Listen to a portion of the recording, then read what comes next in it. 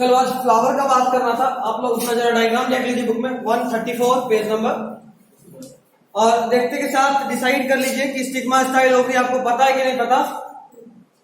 पता है? उसके बाद पेटल सेपल आपको पता है? पेटल भी देखिए, सेपल भी देखिए। उसके बाद एंथर फिलामेंट भी देखिए, सब कुछ देखिए, कुछ मत छोड़िए। बताइए कोई भी ऐसा चीज जिसका फंक्शन आपको नहीं पता है? कोई ऐसा जिसका फंक्शन आपको नहीं पता? या चलो हम बोल ही दे रहे हैं। स्टिग्मा स्टाइल ओवरी को ओवरऑल क्या बोलते हैं? पिस्टिल या कार्पल? पिस्टिल या कार्पल। ये फीमेल रिप्रोडक्टिव पार्ट है, ये फीमेल रिप्रोडक्टिव पार्ट है। This is female reproductive part. Pistil is female reproductive part of the flower. Sir stigma और ओवरी तीनों फीमेल रिप्रोडक्टिव पार्ट। हाँ, तीनों को मिलाकर बोलते हैं पिस्टिल। तीनों को मिलाकर बोलते हैं पिस्टिल। देखो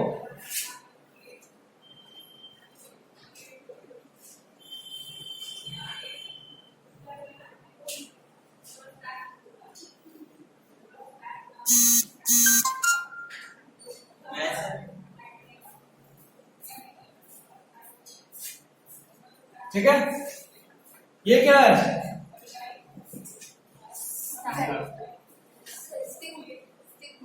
stigma. This is landing platform for pollen grain. It is the landing platform for pollen grain. Pollen grain यहीं पे लैंड होता है। ये क्या है? स्टाइल। इसका काम पाथवे, पॉलन ट्यूब को कैरी होने के लिए पाथवे प्रोवाइड करता है। और ये क्या है? ओवरी। क्या ये फीमेल गैमेट है? Yes sir. नहीं, ओवरी के अंदर होता है ovule which is female gamete. ठीक है, ovary is the basal bulged part. Basal bulged part, सबसे नीचे में इसके बोले बेसल बल्ज, क्योंकि उभरा हुआ पार्ट। ठीक है, ये तीनों को मिलाकर बोलते हैं पिस्टिल या कार्पल, एंड तीनों as a whole acts as female reproductive part. Petal का काम सबसे ऊपर वो गोल जैसा बना रहता है, ये उसके ऊपर गोल ये अरे पॉलन ग्रेन है। उसके साथ ही साथ कैसे रहेगा? पॉलन ग्रेन मेल पार्ट है, वो आया है उड़ते हुए, इस पे लैंड किया, मेल दिखाएं कि यही लैंड करता है। ठीक है, पॉलन ग्रेन तो मेल का पार्ट है। नहीं बना? भेजे तो थे आंसर, चेक तो आप ठीक थे होंगे। देखना पड़ेगा। अच्छा ठीक, हम आज आंसर एक बार मैसेज कर देना, एक बार मैसेज कर देना। बना के सेंड कर दीजिए। नहीं, आपको भरोसा है कि कोई गड़बड़ हुआ है तभी ऐसे बोल रहे हैं। पूरा कर दो। पूरा गड़बड़ है, क्या बात, तब मजा आ गया। आप जरूर चेक करेंगे। ठीक है, एक बार हमको याद दिलाना, कोई भी हम आंसर उसका सेंड कर देंगे। थ्योरेटिकल पार्ट तो लगभग सबको पता होगा। स्नेल्स लॉ क्या होता है, इसमें कोई गलती नहीं किया होगा, नहीं भी आ रहा होगा फिर भी देख के लिख दिया होगा। न्यूमेरिकल वाले का टेंशन है, उसका हम आंसर एक बार भेज देंगे। खैर, अच्छा क्वेश्चन था। अगर इतना सही से सब बना लिए तो कंसेप्ट एकदम टंच है। सर सारा सही से है, लास्ट में कैलकुलेशन करने में ये हो गया बस। कोई बात नहीं, गलती गलती होता है।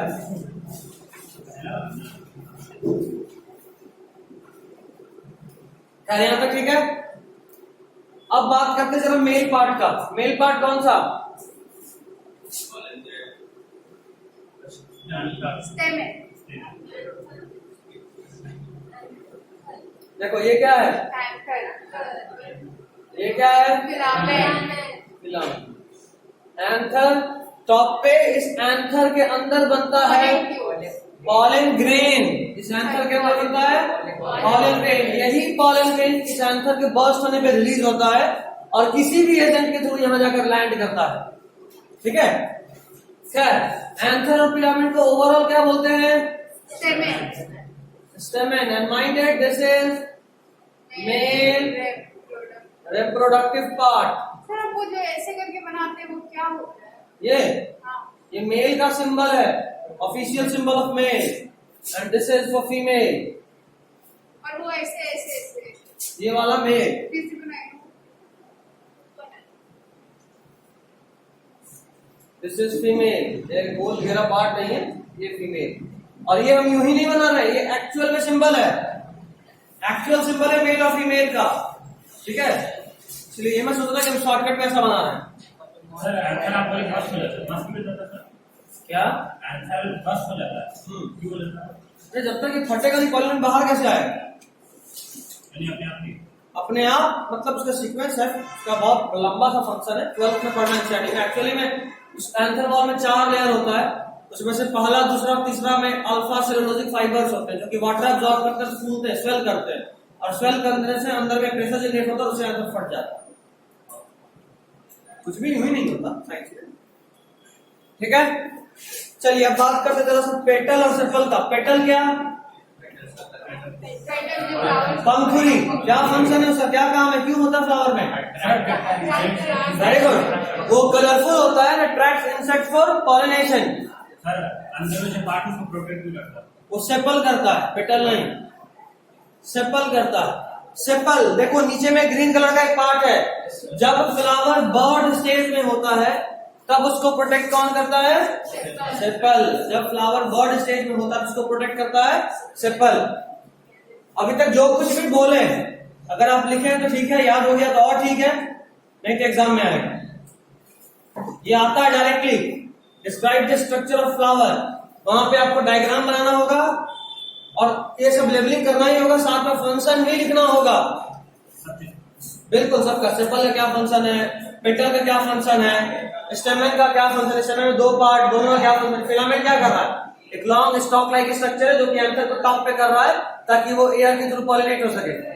यहाँ पे तीनों का बात हम लोग करेंगे, है ना। तो फंक्शन याद होना चाहिए, लिख लिए तो ठीक है, नहीं लिखे तो याद हो गया तो और ठीक है।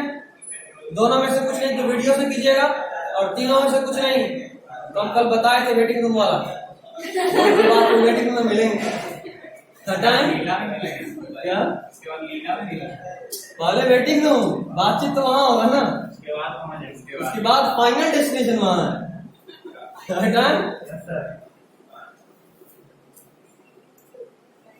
सदा सोच रही थी क्या होना है सर, वेटिंग रूम कल आते तब पता चलता इसका क्या मतलब, बहुत ही गूढ़ रहस्य है इसका, इतना सिंपली समझ में थोड़ा ना आ जाएगा।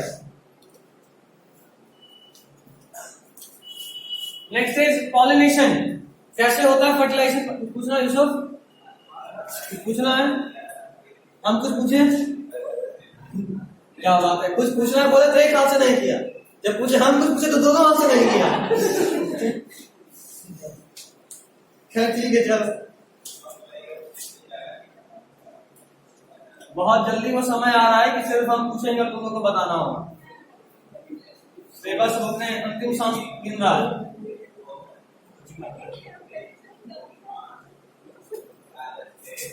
ये देखो, ये फीमेल रिप्रोडक्टिव पार्ट, उस पे जब पॉलन ग्रेन लैंड करता है ना, अच्छा फीमेल रिप्रोडक्टिव पार्ट में एक चीज बताना भूल गया, यहाँ ऐसा भी होता है, ठीक है।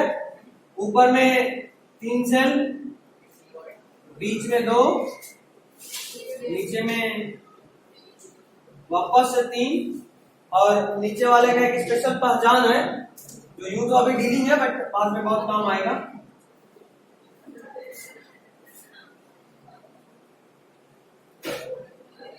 ये डिजाइन नीचे वाले सेल्स का पहचान है, ठीक है।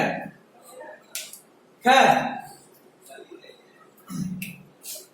यहां से पॉलन ट्यूब लैंड कहां किया, पॉलन ग्रेन, यहां के बाद पॉलन ट्यूब ग्रो किया,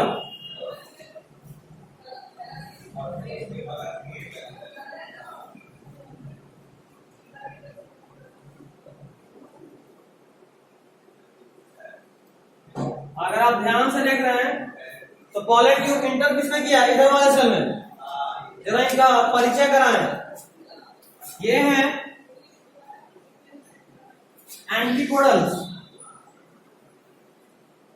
बेकार होता है, बेकार होता है, कोई काम नहीं। साजन और यूसुफ मेरा नौकरी खाने पे क्या खुला हुआ, खुद ही पढ़ा दे रहा है। इधर देख, ये है पोलर न्यूक्लियाई, ठीक है। एग्जाम में सर एंटीपोडल को यूजलेस बोलेंगे, हाँ यूजलेस, दैट्स इट। मजाक में नहीं बोल रहे, सीरियसली बोल रहे। पढ़ाते वक्त नो मजाक, ऐसे भी हम मजाक कहाँ करते हैं। हिंदी तो बोलते हैं सिनर्जी, ठीक है। और जो ये बीच में सज धज के तैयार बैठा हुआ है बड़ा सा, ये है एक्सेल, ठीक है। इनका परिचय थोड़ा और बेहतर तरीके से करा है। देखो ये जो पोलर न्यूक्लियाई है ना, ये एन होता है। एन मतलब हैप्लॉइड, सिर्फ एक न्यूक्लियस से मिलकर बना होता है। पोलर न्यूक्लियाई एन होता है, हैप्लॉइड सिर्फ एक न्यूक्लियस से। देखो एक एन यहां और एक एन यहां, दो पोलर न्यूक्लियाई है ना, दो एन होगा। ये एक सेल, जाहिर सी बात है एन। देखो कभी शायद बोले तो नहीं बोले, तुम श्योर नहीं है, बट एक बात याद रखना, ऑर्गेनिज्म भले ही हैप्लॉइड हो या डिप्लॉइड हो, जब भी उसका गैमेट बनता है ना, वो हमेशा ही हैप्लॉइड होता है। ऑर्गेनिज्म कैन बी हैप्लॉइड और diploid, but gametes are universally haploid. कभी भी कोई भी गैमेट डिप्लॉइड नहीं होता, कभी भी कोई भी गैमेट डिप्लॉइड नहीं होता। गैमेट्स हमेशा ही हैप्लॉइड होते हैं।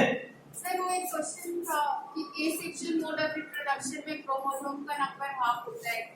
नहीं होता है। एसेक्सुअल मोड में एक ही पेरेंट है तो हाफ क्यों होगा? मुझे कलम अगर कलम अच्छा देखी तो नहीं देखी, पूरा नहीं देखी, जाहिर सी बात है 2 घंटा था, इतना पेशेंस घर में बैठ के नहीं होता है। उसमें बताएं एक जगह एसेक्सुअल में हाफ होता है, क्यों हाफ होता है बताएं, कैसे हाफ होता है बताएं। सेक्सुअल में होता है, एसेक्सुअल में नहीं होता, इसलिए वहां निकले, ठीक है। खैर एक सेल भी है, गैमेट है, इनके अगल बगल का सिनर्जी भी कोई खास इंपॉर्टेंस नहीं रखता, बट हाँ इंपॉर्टेंस तो है। देखो मेल गैमेट के साथ 2 मेल गैमेट आता है, पॉली ट्यूब के साथ कितना मेल गैमेट? तो एक्चुअली में यहाँ पे 3 सेल होता है। एक वेजिटेटिव मतलब बेकार होता है, तो उसका बात ही नहीं करना, जो काम था उसका बात करते हैं।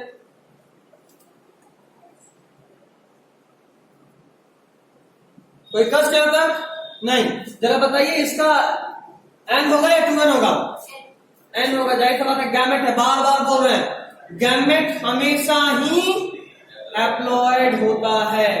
गैमेट हमेशा ही हैप्लॉइड, ऑर्गेनिज्म हैप्लॉइड डिप्लॉइड कुछ भी हो सकता है, बट गैमेट हमेशा ही हैप्लॉइड होता है। तो दिक्कत यहां तक नहीं आई गेस, यहां तक में अभी तक दिक्कत नहीं होगा। छापिए, छाप लीजिए क्योंकि हम इसको यूज करेंगे। यहां तक ठीक है।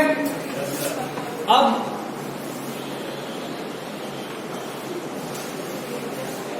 वैसे आज मैथ्स वाले लोग का तो कुछ मोड़ निकालना है 12 बजे तक, एंजॉय द पार्टी।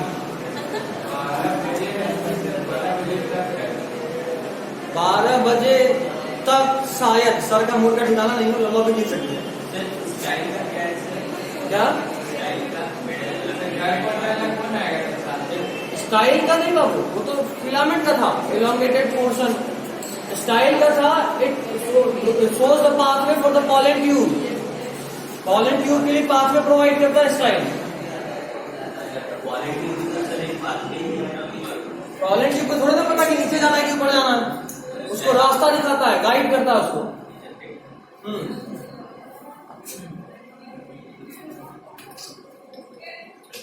ये दोबारा क्यों बनाते हैं? एंजियोस्पर्म्स में हमेशा सीख होता है, हाँ? तो उसी में हमेशा ये होगा बिल्कुल डिस्पर्सन। बिल्कुल बिल्कुल। अभी जो भी फ्लावर पड़ रहा है ना, ये सिर्फ एंजियोस्पर्म में होगा, सारे प्लांट सिर्फ एंजियोस्पर्म में होते हैं। पैराग्राफ दिया हुआ है सर जिसमें कहा गया है कि सेक्सुअल पपाया पार्ट है। बता रहे रुक जा पहले डबल फर्टिलाइजेशन देखें, बात करेंगे, सब बात करेंगे। 2 एग्जाम्पल है दोनों का, यूनिसेक्सुअल बाइसेक्सुअल दोनों का, जो हम रटवाएंगे। इंतजार करो, वाले ही कहते हम कुछ भी नहीं छोड़ने वाले। आखिरकार लास्ट में हमको वेटिंग में बुलाना भी तो है, छोड़ कैसे दें? छोड़ देंगे तो फिर तुम्हारे पास मौका मिलेगा बचने का।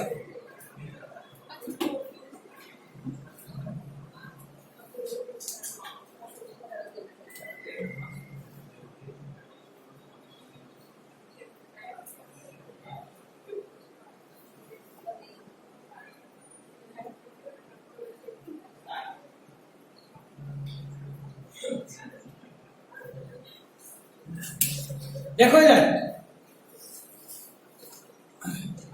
ये यहां से ओपन होता है,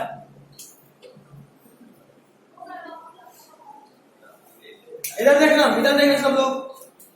यहां से पॉलन ट्यूब इंटर किया, पॉलन ट्यूब कहां गया?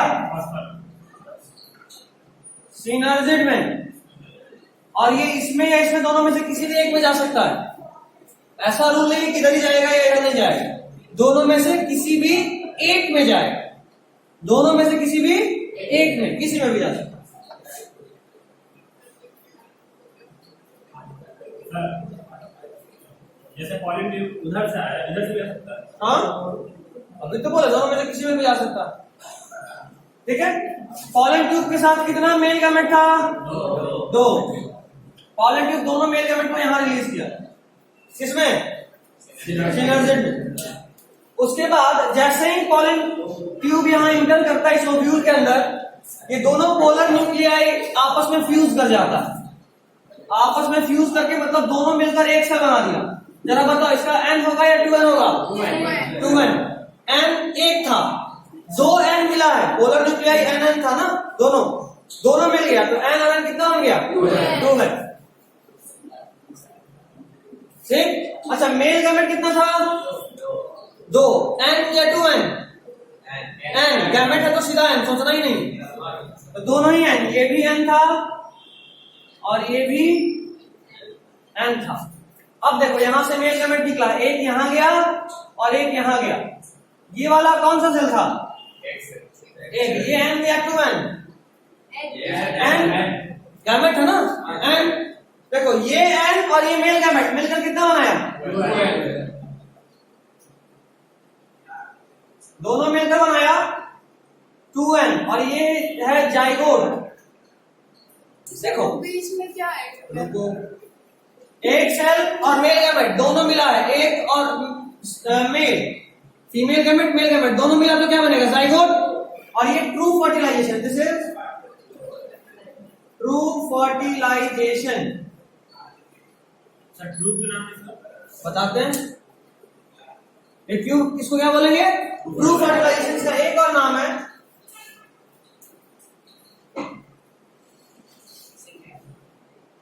सिनगैमी। ट्रू फर्टिलाइजेशन या सिनगैमी।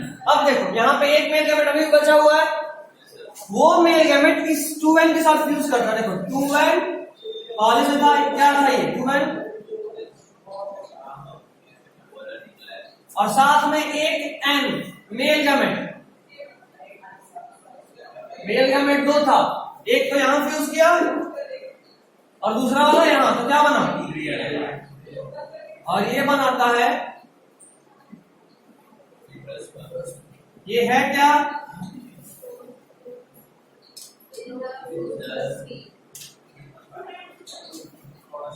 अब खुद सोचो, एक सीड है, मान लो तुम्हारे यहाँ चना तो देखे होगे ना, देखे? वाह क्या बात, सब लोग चना देखे हो, खाते भी हो, ये तो अत्याचार।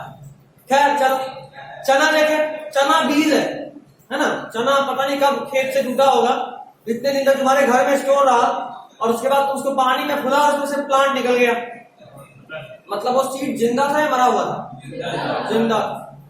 एक बात समझ में नहीं आया, सीड को जब पानी में डाले, न्यूट्रिशन दिए, तब वो ग्रो किया, समझ आता है, लेकिन इतने दिन तक, कई बार तो सीड साल भर भी रहता है, तो साल भर तक वो चना आपके किसी डब्बे में पैक्ड था, बिना पानी बिना हवा के जिंदा था। अजीब बात है ना? तो ये कैसे हो रहा है? जाहिर सा बात है, जिंदा है तो उसको न्यूट्रिशन मतलब उसको फूड चाहिए, और वही फूड होता है ये इंडस्पर्म, जो ठीक है, इसी को यूज कर रहा होता है। सीड का जो कॉटिलेडन है, पेज नंबर 135 फिगर 8.9 कॉटिलेडन आपको दिख रहा होगा, इसी में इंडस्पर्म होता है, इसी कॉटिलेडन के अंदर इंडस्पर्म होता है, रिजर्व फूड, और यही न्यूट्रिशन है। सीड कोई भी बीज हम लोग खाते हैं तो जो ताकत मिलता है वहीं से मिलता है, इंडस्पर्म। रुको तुम्हारे सारे सवालों का जवाब पहले दे लें, फिर अगला सवाल। देखो 2 बार फर्टिलाइजेशन हुआ है, मतलब 2 बार फ्यूजन हुआ है, एक बार मेल गैमेट का एक के साथ, एक बार मेल गैमेट का इसके साथ, लेकिन 2 बार फ्यूजन 2 बार फर्टिलाइजेशन तो नहीं कहलाएगा। फर्टिलाइजेशन तो वही होगा जिससे नया बेबी बने, है ना, नया प्लांट बने, उसी को बोलेंगे फर्टिलाइजेशन ना। तो देखो, तो एक और जब मेल गैमेट मिला है तभी बना जाइगोट, और चूंकि यही बाद में सीड बनेगा, बाद में सीड यही बनेगा। एक्चुअल फर्टिलाइजेशन यही है, क्योंकि इसी से नेक्स्ट जनरेशन का प्रोडक्शन हो रहा है, इसीलिए इसको बोले ट्रू फर्टिलाइजेशन। यहां भी हुआ फ्यूजन, लेकिन दिस इज नॉट फर्टिलाइजेशन, ठीक है। अच्छा, एक और बात, एक और बहुत इंपॉर्टेंट टर्म, एक बार में अगर हम बात करें किसी प्लांट में, तो देखोगे 2 बार फर्टिलाइजेशन हो रहा है, एक बार यहां और एक बार यहां। चूंकि 2 बार फर्टिलाइजेशन हो रहा है, इसको बोलते हैं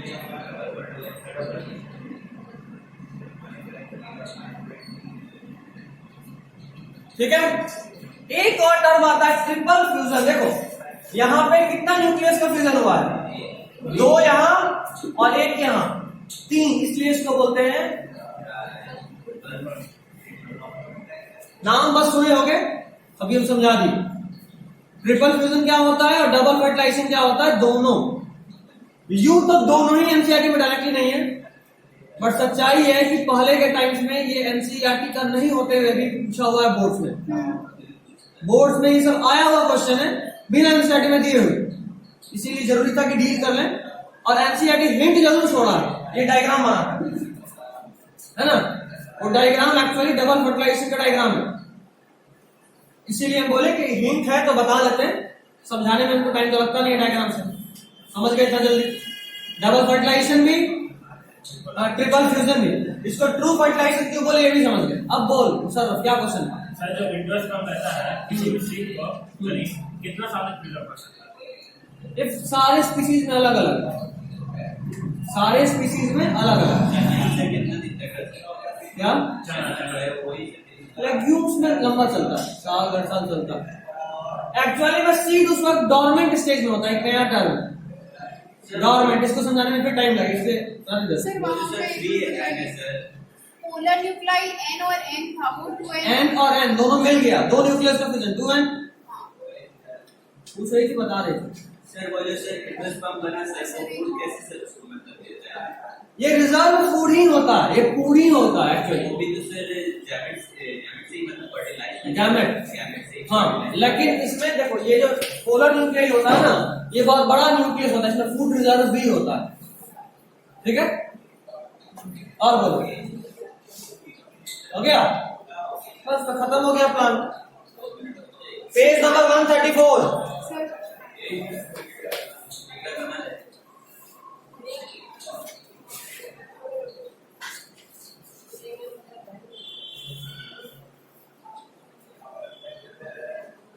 page 134, second paragraph, first line, the flower में बी यूनिसेक्सुअल। मिला? Yes sir. 2 एग्जाम्पल है, पपाया और वाटरमेलन। एग्जाम्पल ज्यादा इंपॉर्टेंट है, एग्जाम्पल ज्यादा इंपॉर्टेंट है। हम लोग यूनिसेक्सुअल है या बाइसेक्सुअल?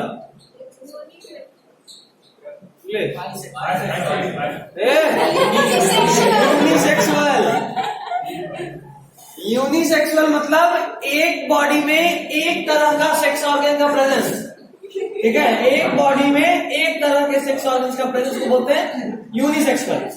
और एक ही बॉडी में अगर 2 तरह का सेक्स ऑर्गन प्रेजेंट हो तो उसको बोलते हैं बाइसेक्सुअल, ठीक है। फ्लावर में भी ऐसा ही होता है, अगर किसी फ्लावर में सिर्फ मेल पार्ट हो या सिर्फ फीमेल पार्ट हो तो उसको बोलते हैं यूनिसेक्सुअल फ्लावर। और अगर किसी फ्लावर में मेल पार्ट और फीमेल पार्ट दोनों हो तो उसको बोलते हैं बाइसेक्सुअल फ्लावर। जैसे आप हिबिस्कस का जो डायग्राम आपको 134 में दिख रहा है, ये कैसा फ्लावर है? बाइसेक्सुअल, ठीक है। अच्छा, पपाया के बारे में आप सुने होंगे कि पपाया जो है उसमें 2 तरह का पेड़ होता है, एक पेड़ में फल लगता है, एक पेड़ में फल कभी आता ही नहीं। कभी सुने ऐसा? जिस पेड़ में कभी फल नहीं आता है मतलब कि वो मेल प्लांट है। मेल प्लांट कभी भी नेक्स्ट जनरेशन को अपने अंदर रखता है नहीं, मेल का काम सिर्फ और सिर्फ स्पर्म या मेल गैमेट ट्रांसफर करना है, नेक्स्ट जनरेशन को कैरी करना नहीं है, फीटस को कैरी करना नहीं है।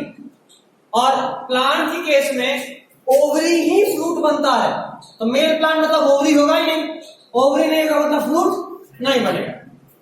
फीमेल प्लांट के केस में बात करें वहां ओवरी होगा, ओवरी होगा तो फर्टिलाइजेशन के बाद वहां फ्रूट बनेगा।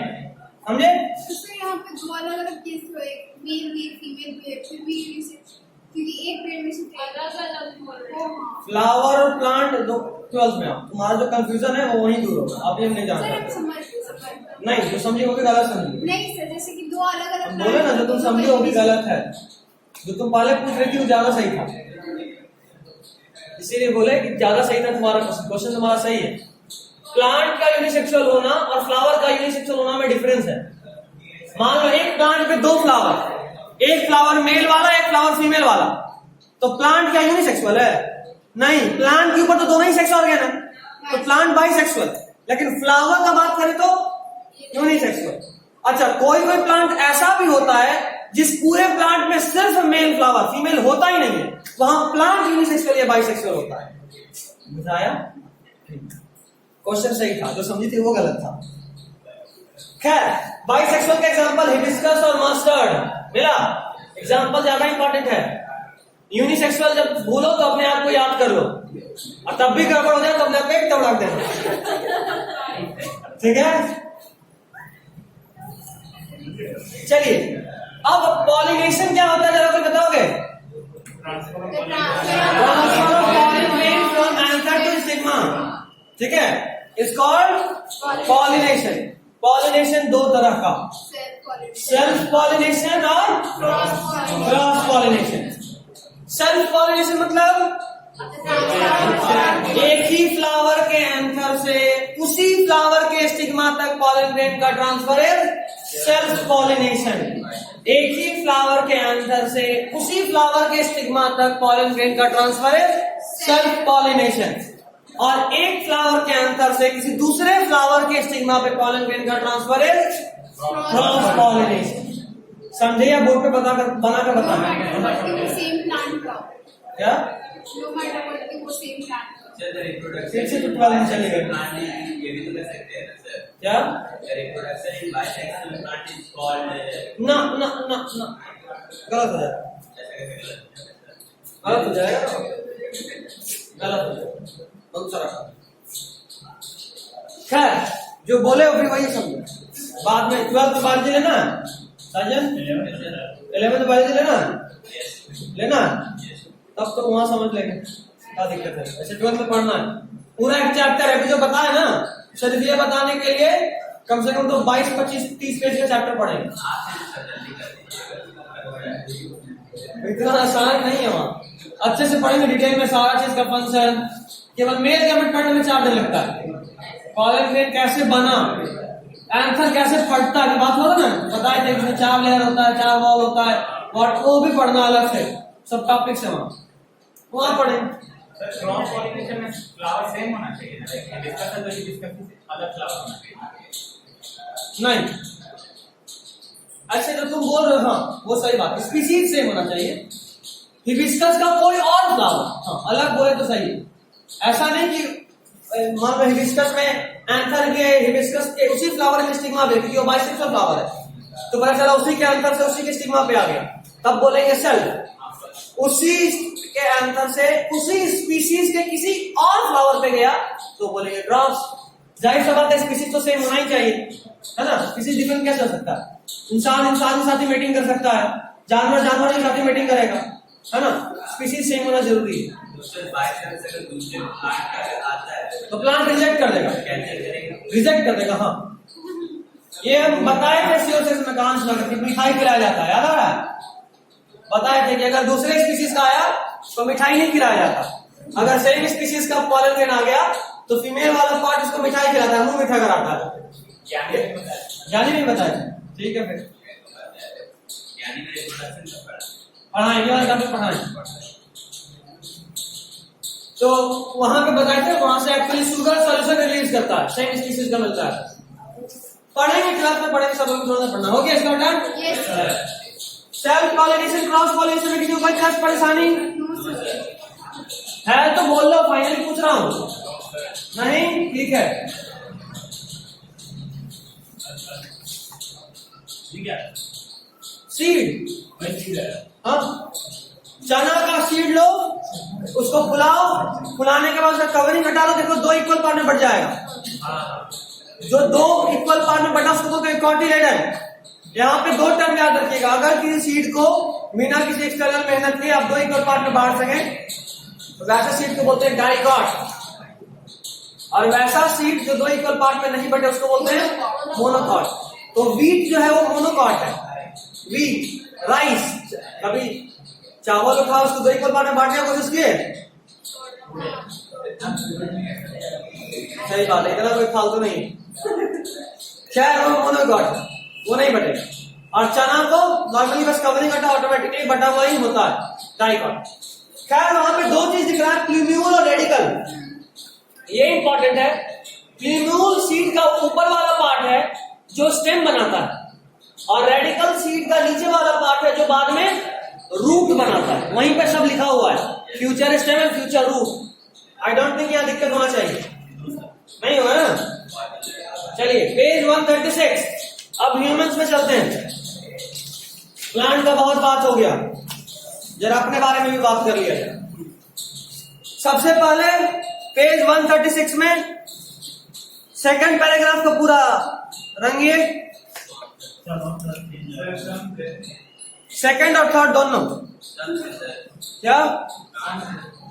सेकंड और थर्ड पैराग्राफ, पेज 136।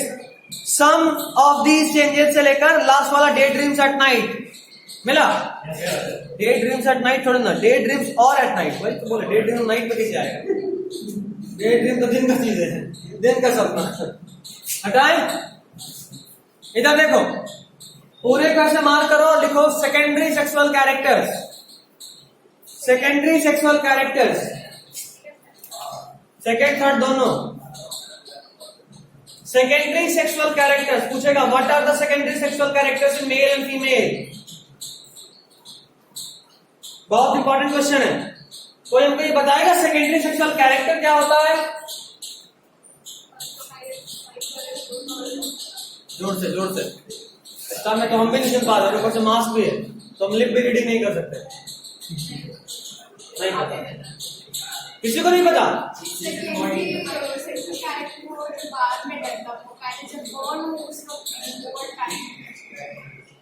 तो सेक्सुअल कैरेक्टर भी बोल सकते थे, वो भी तो बाद में ही आता है।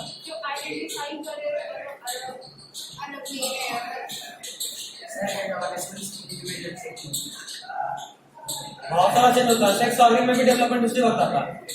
तो उसको secondary sex organ, secondary sex character क्यों बोलते? सेक्सुअल कैरेक्टर्स बोलते हैं। देखो, बॉडी में सेक्स ऑर्गन्स का तो अपना रोल है, रिप्रोडक्शन में काम आते हैं, बट बॉडी में बहुत सारे ऐसे फीचर्स हैं या बहुत सारे ऐसे स्ट्रक्चर्स हैं, कैरेक्टर्स हैं जो कि मेल और फीमेल में अलग अलग होते हैं। लेकिन खास बात यह है कि इनका रिप्रोडक्शन में कोई रोल नहीं होता, रिप्रोडक्शन में कोई रोल नहीं होता, लेकिन फिर भी किसी एक सेक्स से या जेंडर से रेस्ट्रिक्टेड होते हैं। जैसे बात करें मेल्स में तो बियर्ड, इनका रिप्रोडक्शन में क्या रोल है? कोई रोल नहीं, कुछ भी नहीं, बट फिर भी ये मेल के साथ एसोसिएटेड है, कभी फीमेल में बियर्ड नहीं मिलेगा। इनको बोलेंगे सेकेंडरी सेक्सुअल कैरेक्टर्स। वैसे कैरेक्टर्स जो मेल और फीमेल के स्पेसिफिक हो, बट इनका रिप्रोडक्शन में कोई रोल नहीं, बट इनका रिप्रोडक्शन में कोई, जैसे मान लो ब्रेस्ट का बात करें फीमेल्स में, सेकेंडरी सेक्सुअल कैरेक्टर है या सेक्सुअल कैरेक्टर? क्यों? इसका रिप्रोडक्शन में कोई रोल नहीं।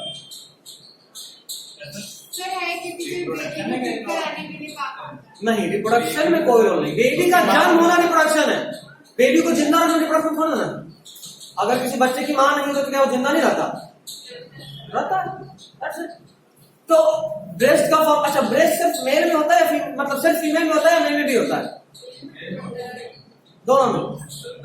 डेवलप होता है फीमेल्स में, होता दोनों में है, डेवलप होता है फीमेल में। और याद रखिएगा, हम लोग सब मैमल हैं और हमारा असली पहचान ब्रेस्ट है, मैमरी ग्लैंड।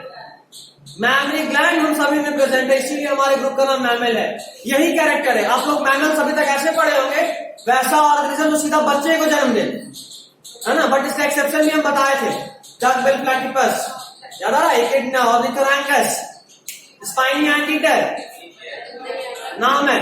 ऐसा एनिमल जो मैमल तो है लेकिन बच्चे को जन्म देता, अंडा देता है। 9th में पढ़े हुए थे, 9th में पढ़े हुए थे डाइवर्सिटी वाले चैप्टर में, अगर पढ़े थे तो कंडीशन अप्लाई है ना।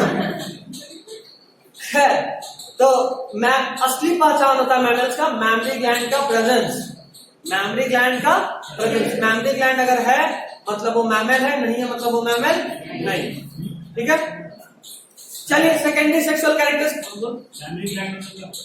मैमरी ग्लैंड वो ग्लैंड जो मिल्क प्रोड्यूस करता है फीमेल्स में, ठीक है, मिल्क प्रोडक्शन वाला जो ग्लैंड है उसको बोलते हैं मैमरी ग्लैंड। ठीक, चलो जरा सेकेंडरी सेक्सुअल कैरेक्टर्स के बारे में बात कर लें, क्या क्या होता है मेल्स में। Page number 136 second paragraph.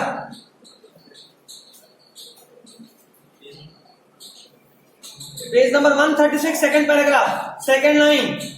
Thick hair growing in parts of body such as armpits and the genital area between the thighs, which can also become darker in color. मिला? Yes, sir. पहला armpit और thighs के पास जहां आपका sex organs होता है उसके चारों तरफ हेयर्स का ग्रोथ होता है। ठीक है, और खास बात ये भी जान लो, ये बात एक्चुअली 12th का बट सुन सकते हो अभी भी। हेयर का पैटर्न मतलब हेयर ग्रोथ होता है, ये कॉमन है, मेल और फीमेल दोनों में ही होता है, लेकिन इसका पैटर्न अलग अलग होता है।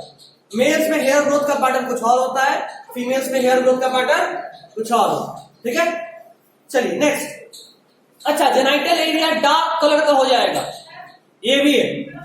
Next is second point, thinner hair can also appear on legs and arms as well as on the face.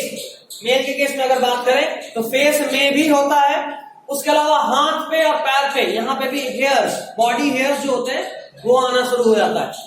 Body hairs में तो बेकार नहीं है, रोआ तो बच्चों में भी होता है, बट वो रोआ बाल के फॉर्म में थोड़ा बड़ा थोड़ा प्रोमिनेंट होता है। जैसे ही आप एडोलेसेंट से एडल्ट के फॉर्म में ट्रांसफर होते हो तो वो थोड़ा डार्क होता है, थोड़ा बड़ा होता है और डेंस होता है। ठीक है, जितना ज्यादा आपके अंदर हार्मोन्स होगा उतना डेंस होगा आपके बॉडी में हेयर। कोई मतलब सेक्स हार्मोन, अगर आप मेल है तो आप में टेस्टोस्टेरोन होगा, फीमेल है तो एस्ट्रोजन होगा। ठीक समझे, तो जो भी आपका सेक्स हार्मोन्स है वो अगर ज्यादा होगा तो आपकी बॉडी का हेयर और डेंसर होता है। क्या ग्रोथ हार्मोन से हेयर का लेना नहीं, उससे हाइट बढ़ता है। ठीक है, next is the skin frequently becomes oily. बस ज्यादा पिंपल सिंपल का टेंशन नहीं, स्किन ऑयली हो जाता है। ये एक्चुअली में जैसे ही हार्मोन का इन्फ्लुएंस बढ़ता है तो आपके स्किन पे देखोगे बच्चों का या एडल्ट का चेहरा चमकता है ना, ये चमक उस तेल से आता है जो आपके फेस पे या आपके पूरे बॉडी पे सिक्रेट हो रहा होता है, ऑयल। बाद में एज बढ़ने के बाद जैसे जैसे आप मैच्योर करोगे, आप रिप्रोडक्टिवली जितना वीक होते चले जाओगे, ये ऑयल भी उतना ही वीक होगा, उतना ही कम होगा, और इसलिए बूढ़ों का चेहरा चमकता नहीं। चमक चेहरे में ऑयल की वजह से आता है, समझे? जैसे हमारी स्किन कैसे चमकेगा, तेल चमकेगा ना, ऑयल चमकता है एक्चुअली। और उसके बाद सबसे आखिरी point, we begin to be conscious and aware of both of our own bodies and those of others in new ways. मिला? हम सभी अपने बॉडी के लिए भी और अपने से ऑपोजिट सेक्स वालों के बॉडी के लिए भी अवेयर, मतलब जानने का इच्छा होता है। एक्चुअली में किसी भी ऑर्गेनिज्म का जन्म बायोलॉजिकली सिर्फ और सिर्फ रिप्रोडक्शन के लिए होता है। जैसा बात है, हम लोग तो पढ़ रहे हैं तो पता है अच्छा इस प्रोसेस से रिप्रोड्यूस कर सकते हैं, जानवरों में तो कोई पढ़ाई नहीं होता है, बट रिप्रोडक्शन तो वहां भी होता है। नेचर बताता है आपको कब रिप्रोड्यूस करना है, किसके साथ रिप्रोड्यूस करना है, ये आपको नेचर बताता है, प्रकृति खुद बताता है। और इसका एग्जाम्पल सब लोगों में भी आता है। आप मान लो भीड़ में, बहुत भीड़ में घूम रहे हो, जहां आप किसी को देख पहचान नहीं पा रहे हो कौन है, इतना भीड़ है, बट उस भीड़ में भी अगर कोई ऑपोजिट सेक्स वाला आपसे सट के निकल गया तो बॉडी तुरंत से कॉन्शियस हो जाता है कि कोई और है। अगर आप मेल है और आपसे 25 मेल गुजर जाए सट के, कोई दिक्कत नहीं है, बट एक फीमेल गुजर जाए आपका बॉडी तुरंत कॉन्शियस हो जाएगा। सेम बात फीमेल से केस में, बॉडी का नेचर पहचान लेता है सीधा। ये है हमारा बॉडी का प्री कॉन्शियस माइंड। ठीक है, इसी को बोले कि हम लोग अपने लिए भी और ऑपोजिट वालों के लिए भी अवेयर हो जाते हैं। ठीक है, नेक्स्ट। अच्छा, ये अभी तक बात मेल से केस में हो रहा था, एक पॉइंट कॉमन था हेयर ग्रोथ वाला। आर्मपिट और जेनाइटल एरियाज में हेयर ग्रोथ दोनों में ही होता है, मेल और फीमेल, बाकी सब मेल के लिए स्पेसिफिक था। ठीक है, फीमेल से केस के लिए बात करें, third paragraph second line, in girls breast size begins to increase and darkening of the skin of the nipples at the tip of the breast. ये बहुत कॉमन सा बात है। ब्रेस्ट का जो टिप होगा, जाहिर सा बात है चाइल्ड वहीं से सक करेगा मिल्क को, है ना, तो वो एरिया थोड़ा डार्क होता है। डार्क होने का मतलब थोड़ा सा यूं बोलो कि ज्यादा डेंस स्किन का कवरिंग होता है। जाहिर सा बात है छोटा बच्चा कभी गाय का दूध दूधते हुए देखे नहीं, उसका जो निपल थन होता है गाय का, उसको दबाया जाता है बहुत जोर से, तब मिल्क बाहर आता है। तो जाहिर सा बात है छोटा बच्चा जब अपने मदर का मिल्क सक करता होगा तो वो भी दबाता है। अगर स्किन बहुत पतला लेयर होगा तो डेली वहां छिल जाएगा, है ना, इसलिए वहां स्किन को डार्क होना पड़ता है, थोड़ा डेंस होना होता है, ठीक है। तो इसलिए टिप जो होता है वो डेंस होता है। एक्चुअली में इसका ब्रेस्ट का डिटेल स्ट्रक्चर तो पढ़ना है, डायग्राम बना के अच्छे से बताएंगे मिल्क का पाथवे कैसे होता है, कहां से आता है सब। बट 10th में एमबीबीएस तो करना नहीं, है ना। चलो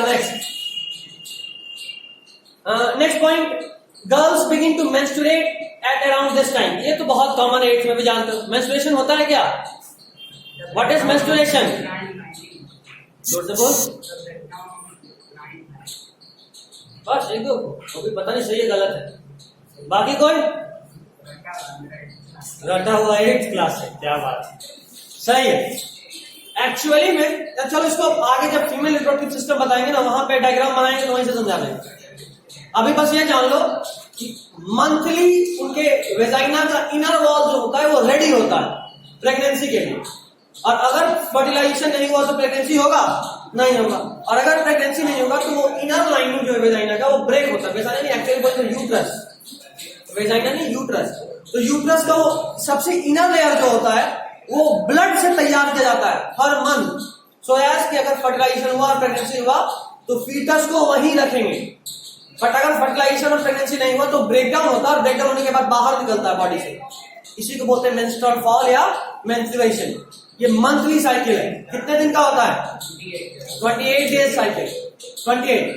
और इनका डे फिक्स होता है, हर एक फीमेल में अलग अलग होता है, बट डे फिक्स होता है। 3-4 दिन से आगे पीछे हुआ तो प्रॉब्लम है, ठीक है।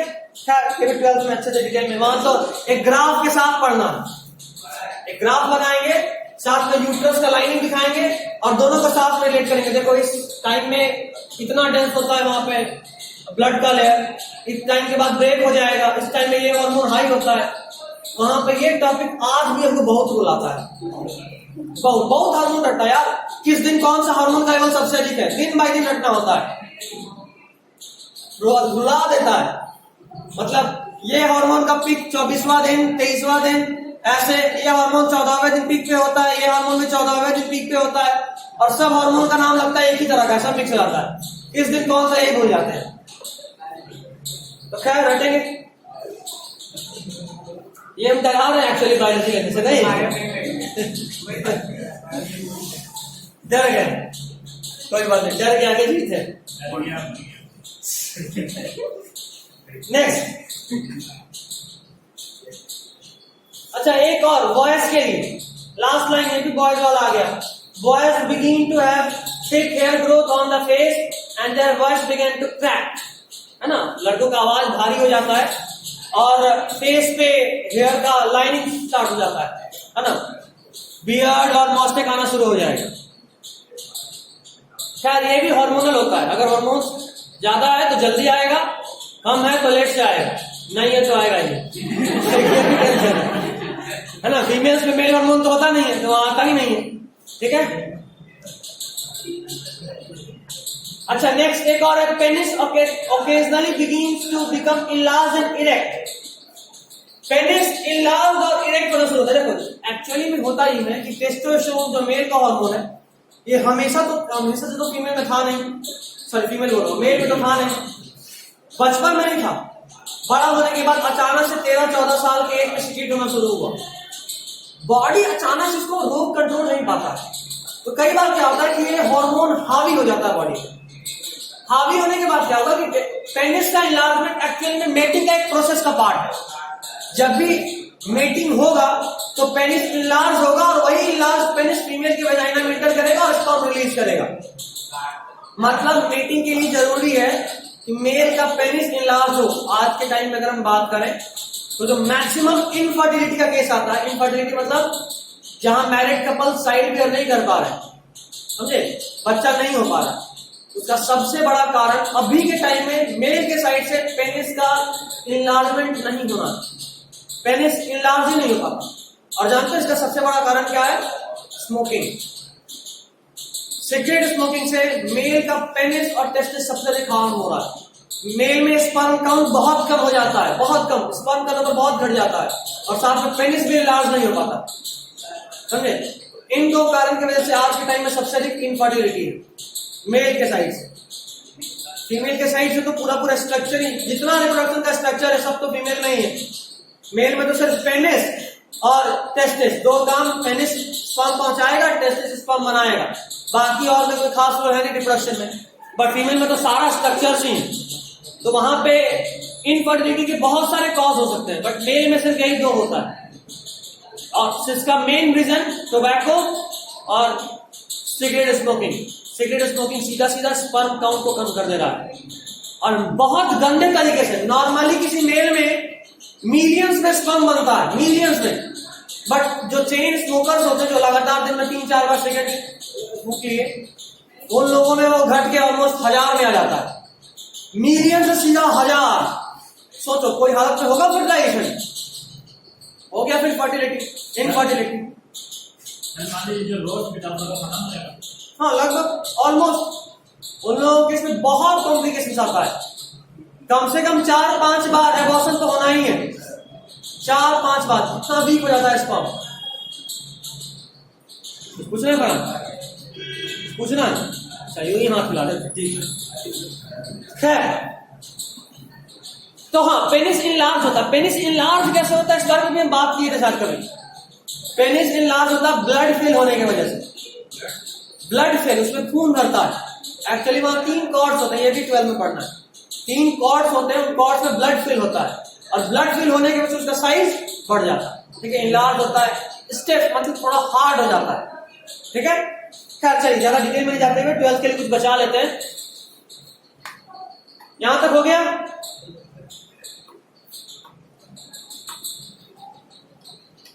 Next is page 136, second last paragraph, first line एक क्वेश्चन है। 136 second last paragraph, first line एक क्वेश्चन है। देख पा रहे हो? कोई बताएगा आंसर कि सेक्सुअल मैच्योरेशन बचपन से क्यों नहीं होता, जो इतना समय के बाद होता है? ठीक है ना, बॉडी तो अभी भी रेडी नहीं। एक्चुअल में हम लोग अगर फीमेल से केस में बात करें तो वो रिप्रोडक्शन कैपेबिलिटी कब गेन करती है? ऑलमोस्ट 13, 14 या 15 के एज में। 15 तो लेट हो गया, 13, 14 एवरेज है, 14 तक में मेंस्ट्रुएशन स्टार्ट हो जाता है। तो उस वक्त क्या वो रेडी होती है रिप्रोडक्शन के लिए ना? रेडी तो 16, 17, 18 में। एक्चुअल मैच्योरेशन 18 के बाद आता है, और वो भी रिस्की नहीं है, बॉडी पूरी तरह तैयार नहीं होता। तो फिर अगर हम 4 साल पहले स्टार्ट कर सकते हैं रिप्रोडक्शन की एबिलिटी, तो बचपन से भी कर सकते हैं, उस वक्त क्यों नहीं करते? उसका सबसे बड़ा कारण ये है कि रिप्रोडक्शन, अगर मेल के केस में बात करें तो रिप्रोडक्शन तभी नहीं कर पाएगा जब स्पर्म बने, पहला बात। दूसरा बात, मान लो स्पर्म किसी तरह बना के आप पहुंचा भी दिए, तो कम से कम पेनिस में इतना ताकत होना चाहिए कि वो इनलार्ज हो सके, वेजाइना में इंटर कर सके और स्पर्म रिलीज कर सके। अच्छा, उन सब के अलावा बच्चे का बॉडी भी इतना स्ट्रांगर होना चाहिए कि फीमेल बॉडी को कंट्रोल कर सके, तभी पेटिंग हो सकता है। ठीक है, ये भी नहीं कर सकता बच्चा। तो पहले तो बॉडी को इस लायक बनाना है कि वो स्पर्म को पहुंचा सके, फिर रिप्रोडक्शन हो ना। अच्छा, फीमेल के केस में बात करें, वेजाइना में इतना स्ट्रेंथ होना चाहिए कि वो पेनिस को एंट्री दे सके। दूसरा, यूट्रस इतना स्ट्रांग होना चाहिए कि वो 9 मंथ तक बच्चे का भार को ढो सके। एक फीमेल गर्ल चाइल्ड का भार तो खुद खड़ी नहीं हो सकती, बच्चे को कहां से रहेगी साथ में? तो पहला जरूरत तो ये है कि आपका बॉडी इतना स्ट्रांगर हो, बॉडी में ग्रोथ हो कि रिप्रोडक्शन का कम से कम झेल सके उसको। इसीलिए बॉडी का पहला प्रायोरिटी क्या होता है कि जैसे आप जन्म लिए, पहले बॉडी को एबल बनाना कि आप रिप्रोडक्शन कर सके, और उसके बाद आपको रिप्रोडक्शन का एबिलिटी देना। समझे बात? यही इस पूरे पैराग्राफ में लिखा हुआ है। यहाँ एक टर्म है प्यूबर्टी। प्यूबर्टी मतलब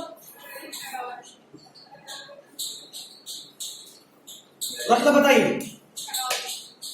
लिख लीजिए, प्यूबर्टी साइड में लिखिए। डिफरेंस तो दिया लास्ट लाइन। ठीक है ना, ये लंबा दिया, छोटा सा दिया।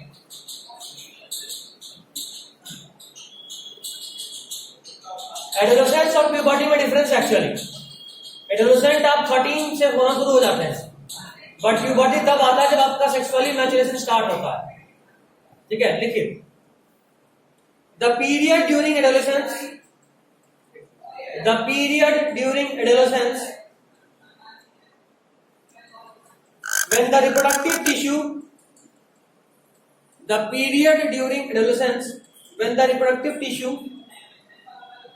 began to mature, the period during adolescence when the reproductive tissue begin to mature is called puberty. The period during adolescence when the reproductive tissue begin to mature is called puberty. ठीक है यहां तक? ठीक है, दिक्कत है?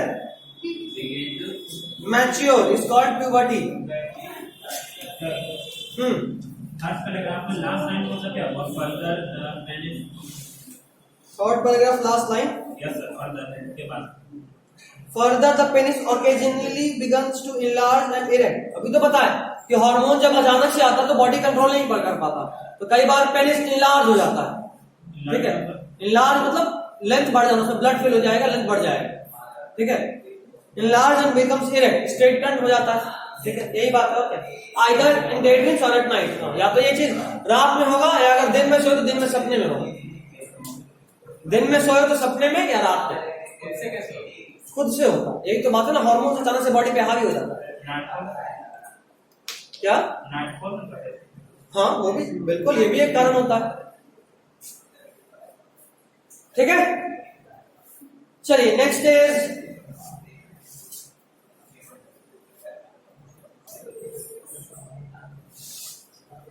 अच्छा, एक टर्म और है गेस्टेशन पीरियड, शायद यहां नहीं है, बुक में है क्या? कोई पढ़ा, किसी को मिला गेस्टेशन पीरियड? नहीं मिला। गेस्टेशन पीरियड, इसका मतलब क्या होता है? गेस्टेशन पीरियड का मतलब होता है एक्चुअली में the period for which a pregnant female carries the foetus.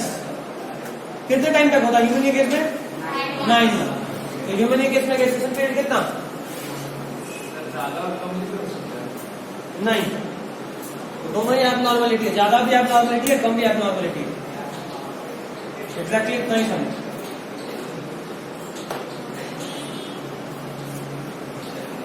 इतना क्या दिन ब दिन का हिसाब रखते हैं आज तक हम लोग।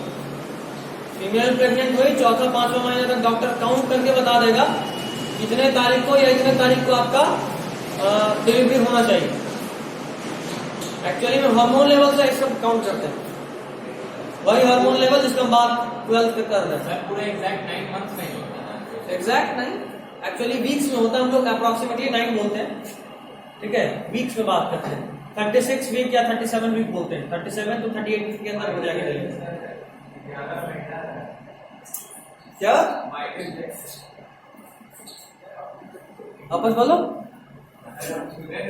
क्या कौन सा नॉर्मल था? माइकल जैक्सन के बारे में बात कर रहा है, बट पता नहीं, हम नहीं जानते, बट 11 मंथ ये गलत होना चाहिए। इतना दिन तो नहीं हो सकता, 5 दिन, 3 दिन, 4 दिन आगे पीछे समझ में आता है, 1 सप्ताह आगे पीछे समझ में आता है, 2 महीना अनबिलीवेबल। वैसे बायोलॉजी में कुछ भी इम्पॉसिबल तो नहीं, यहाँ कुछ भी हो सकता है। एबनॉर्मलिटी कुछ ऐसा कि हो जाए ऐसा, बट हो सकता है। 9 बजे या 10 बजे क्लास सर 9 मंथ के बाद हम ये देखेंगे फीमेल जो होता है वो कमजोर हो जाती है ज्यादा। 9 मंथ के बाद कमजोर हो जाती है ऐसा, यानी डॉक्टर बोलता है कि ज्यादा चलना मत, यानी उसका दूसरा कारण डिलीवरी की वजह से बोला जाता है। दूसरा कुछ 12th के लिए बचा लेते हैं, कुछ 12th के लिए बचाते हैं। सब अभी पढ़ लगा तो कोई मेरे पास 12th में नहीं आएगा। चलो अब मेल रिप्रोडक्टिव सिस्टम का बात करें। डायग्राम देख लीजिए, मेल वाला थोड़ा टफ है, हम बोर्ड पे नहीं बनाने वाले, और याद रखना ये आपके बोर्ड में भी आने के चांसेस बहुत कम होता है। मेल ना के बराबर आता, फीमेल क्योंकि सिंपल है तो बहुत आता और अच्छा भी है ना, चुपचाप दिख रही है, 4 लाइन खींचना है फीमेल वाले के लिए। मेल वाले को देखिएगा डर लगता है, कहां से घुमाओ कहां से लेके आओ, बाप रे बाप इतना सारा पाइपलाइन। ठीक है, सबसे पहले टेस्टिस का बात करें। टेस्टिस बाहर में एक स्ट्रक्चर में होता है मेल के केस में, स्क्रोटम में। स्क्रोटम बॉडी के बाहर मेल में होता है ना। बॉडी के बाहर क्यों होता है, इसका 2 कारण है। कारण नंबर 1, स्पर्म फॉर्मेशन के लिए, स्पर्म फॉर्मेशन के लिए बॉडी से 2 डिग्री सेल्सियस कम टेम्परेचर चाहिए होता है। और जाहिर सा बात है अगर बॉडी में रहा तो बॉडी वाला टेम्परेचर ही मिलेगा, तो कभी स्पर्म बन पाएगा नहीं। इसीलिए जो स्क्रोटम होता है वो बॉडी के नीचे होता है। अच्छा, स्क्रोटम का लेंथ भी चेंज करता है। अगर समर के केस में बात करें तो बॉडी टेम्परेचर हाई होता है। जो स्क्रोटम जो होता है, स्क्रोटम वो बॉडी के नीचे थोड़ा लंबा हो जाता है, ढीला हो जाता है और टेस्टिस यहां पहुंच जाता है बॉडी से दूर। अगर विंटर्स में बात करें तो स्क्रोटम बिल्कुल ऐसा होगा, बॉडी के पास एकदम चिपका रहेगा, बॉडी के पास, ताकि जितना बॉडी के करीब उतना ज्यादा हीट मिलेगा। समझे, मतलब इसको हर हालत में बॉडी से 2 डिग्री सेल्सियस कम टेम्परेचर चाहिए, तभी स्पर्म फॉर्मेशन हो पाएगा, नहीं तो नहीं। तो खैर स्क्रोटम का बात हो गया। स्क्रोटम के अंदर टेस्टिस, टेस्टिस के अंदर स्पर्म बनता है, टेस्टिस के अंदर स्पर्म बनता है। अगर हम पूछें कि टेस्टिस में माइटोसिस होता है या मियोसिस, तो क्या बोलोगे? मियोसिस। याद करो हमारा बॉडी 2n है और गैमेट हमेशा ही n बनेगा, और ये तभी पॉसिबल है जब मियोसिस हो, है ना। तो टेस्टिस में मियोसिस होता है, ओवरी में भी मियोसिस होता है। इन 2 जगह को छोड़कर पूरे बॉडी में कहीं भी बात कर ले क्या होगा? Mitosis. Only testis and ovary cells divide by meiosis, बाकी किसी भी जगह पे माइटोसिस से डिवाइड करेगा। ठीक है, चलिए, तो ज्यादा कुछ है नहीं। स्क्रोटम का बात की, स्पर्म लिक्विड, लोअर टेम्परेचर, ठीक है। अच्छा, टेस्टिस एक हार्मोन रिलीज करता है, टेस्टोस्टेरोन। टेस्टिस क्या हार्मोन रिलीज करता है? टेस्टोस्टेरोन। यही हार्मोन मेल में मेल के secondary sexual characters as well as male के सेक्स ऑर्गन के डेवलपमेंट को कंट्रोल करता है। टेस्टोस्टेरोन मेल के केस में मेल के सेकेंडरी सेक्सुअल कैरेक्टर्स और उसके सेक्स ऑर्गन्स के ग्रोथ को कंट्रोल करता है। कौन सा हार्मोन? टेस्टोस्टेरोन। यही मेल सेक्स हार्मोन है, मेनली मेल सेक्स हार्मोन कौन सा है? टेस्टोस्टेरोन। और भी होते हैं बट मेन है टेस्टोस्टेरोन। कहां से रिलीज होता है? टेस्टिस से। कहां से रिलीज होता है? टेस्टिस से। ठीक है, चलिए टेस्टोस्टेरोन का नाम दिया है? हाँ दिया है। चलिए, regulating in the formation of sperms, testosterone brings about changes in appearance seen in boys at the time of puberty.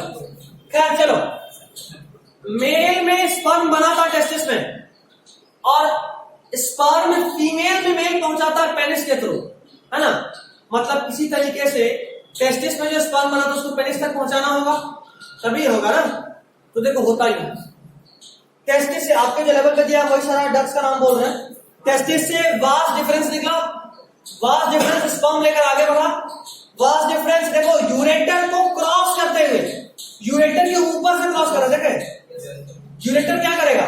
तो यूरिन लेकर आ रहा है यूरिनरी ब्लैडर में, है ना। तो उसके ऊपर से वास्ट डिफरेंस घूमता हुआ आता है, और उसके बाद पहले सेमिनल वेसिकल से कुछ सिक्रीशंस लिया। देख लो 3 ग्लैंड है मेल में, सेमिनल वेसिकल, प्रोस्टेट ग्लैंड, और एक और ग्लैंड जिसका नाम नहीं लिखा, उसका नाम है बल्बोयूरेथ्रल ग्लैंड। 3 ग्लैंड लिखा, बल्बोयूरेथ्रल ग्लैंड या काउपर्स ग्लैंड।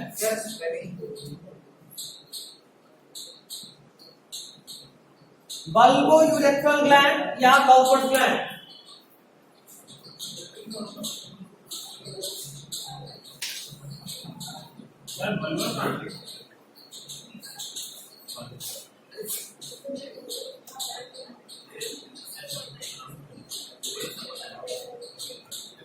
ठीक है,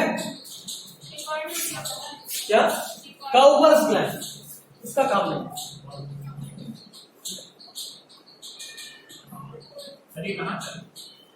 देखो मेल वाले में 3 ग्लैंड दिख रहा है, पहला दिखा सेमिनल वेसिकल, दूसरा दिखा प्रोस्टेट, और प्रोस्टेट के ठीक बगल में एक और ग्लैंड है जिसका नाम नहीं लिखा है, हाँ नीचे में, वही है बल्बोइलेक्ट्रल या काउपर फ्लैट। तो सबसे पहले सेमिनल वेसिकल से, फिर प्रोस्टेट से और फिर काउपर से। देखो स्पर्म असल में सिर्फ एक सेल है, उस सेल को मेल जो है फीमेल के बजाय, देखो फीमेल वाला डायग्राम देखो, सर्विक्स दिखा, मेल का पेनिस जो है उसी सर्विक्स में, मेल का जो पेनिस है ना उसका सबसे ऊपर में देखो एक बल्ज पार्ट है। मेल के पेनिस में देखो सबसे टिप पे एक बल्ज पार्ट है, उसको एक्चुअली बोलते हैं glans penis. Glans penis, male के पेनिस पे बल्ज पार्ट उसको बोलते हैं ग्लैंस पेनिस। ग्लैंस पेनिस, ठीक है।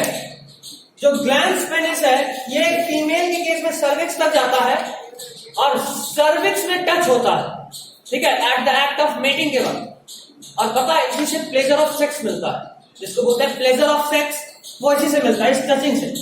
खैर ये ग्लैंस पेनिस जब सर्विक्स में टच करता है तो उसी वक्त उसके अंदर से सेमेन निकलता है। सेमेन देखो मेल के अंदर से निकलना क्या चाहिए था, पेनिस से स्पर्म, लेकिन हम बोल रहे हैं निकलता है सेमेन। सेमेन, सेमेन में एक्चुअली स्पर्म होता है और उसके साथ साथ ये जो जितने भी 3 ग्लैंड है ना, ये तीनों ग्लैंड का सिक्रीशन होता है। ये तीनों ग्लैंड का सिक्रीशन होता है, इन दोनों को मिलाकर बोलते हैं सेमेन। अब देखो एक्चुअली में फीमेल वाला डायग्राम देखना, स्पर्म रिलीज हुआ सर्विक्स के पास और पता उसको जाना कहां पे है, ओवरी के पास, फैलोपियन ट्यूब तक। ओवरी में नहीं जाता, फैलोपियन ट्यूब का जो मिड पार्ट है ना, ओवरी के पास जो फैलोपियन ट्यूब है, देखो एक्चुअली अगर फैलोपियन ट्यूब देखोगे तो यहां पे ओवरी है, तो यहां तक पहुंचता है स्पर्म। कहां, यहां तक। इसको बोलते हैं फैलोपियन ट्यूब का एक रीजन का नाम है एम्प्यूला। फैलोपियन ट्यूब 3 पार्ट में डिवाइडेड है, इन्फंडिबुलम, इस्थमस और एम्प्यूला। नाम याद रखना है, ये बीच वाला पार्ट समझना। मतलब स्पर्म जो सर्विक्स में रिलीज हो तो कहां तक पहुंचना है, फैलोपियन ट्यूब तक। यहां तक स्पर्म चल के जाएगा। तो एक सेल है और ये कितना बड़ा स्ट्रक्चर, उसको तो कितना दिन लग जाएगा, इसलिए वो फ्लो करके जाता है। और फ्लो करने के लिए फ्लूइड नेचर होना जरूरी है। फ्लूइड मतलब आइदर लिक्विड और गैस। तो फ्लूइड नेचर प्रोवाइड कौन करता है, जो ग्लैंड का सेक्रेशन है उसका 2 काम है या 3 काम बोले तो। पहला ये लुब्रिकेशन प्रोवाइड करता है, राइट सब आता है। पेनिस को एंट्री जाना है फीमेल के वेजाइना में, तो वहां पे लुब्रिकेशन चाहिए। लुब्रिकेशन मतलब चिकना, ताकि आराम से जाए। तो लुब्रिकेशन प्रोवाइड कौन करेगा, ये ग्लैंड का सीक्रेशन। दूसरा पॉइंट, ये फ्लूइड नेचर प्रोवाइड करता है, फ्लूइड नेचर, ताकि स्पर्म फ्लो कर सके। और तीसरा पॉइंट, ये इनको न्यूट्रिशन प्रोवाइड करता है। क्या प्रोवाइड करता है, न्यूट्रिशन। जाहिर सी बात है स्पर्म एक जिंदा सेल है, इसको ऑलमोस्ट 24 घंटा लगता है वहां पहुंचने में, तब तक उसको खाना चाहिए ना, तो खाना कौन देगा। और पता है स्पर्म का फूड क्या होता है, बहुत इंपॉर्टेंट है, एक्स्ट्रा बट बहुत इंपॉर्टेंट है, बोर्ड में नहीं के लिए नहीं, नॉर्मल आगे की क्लासेस के लिए, जीके के लिए।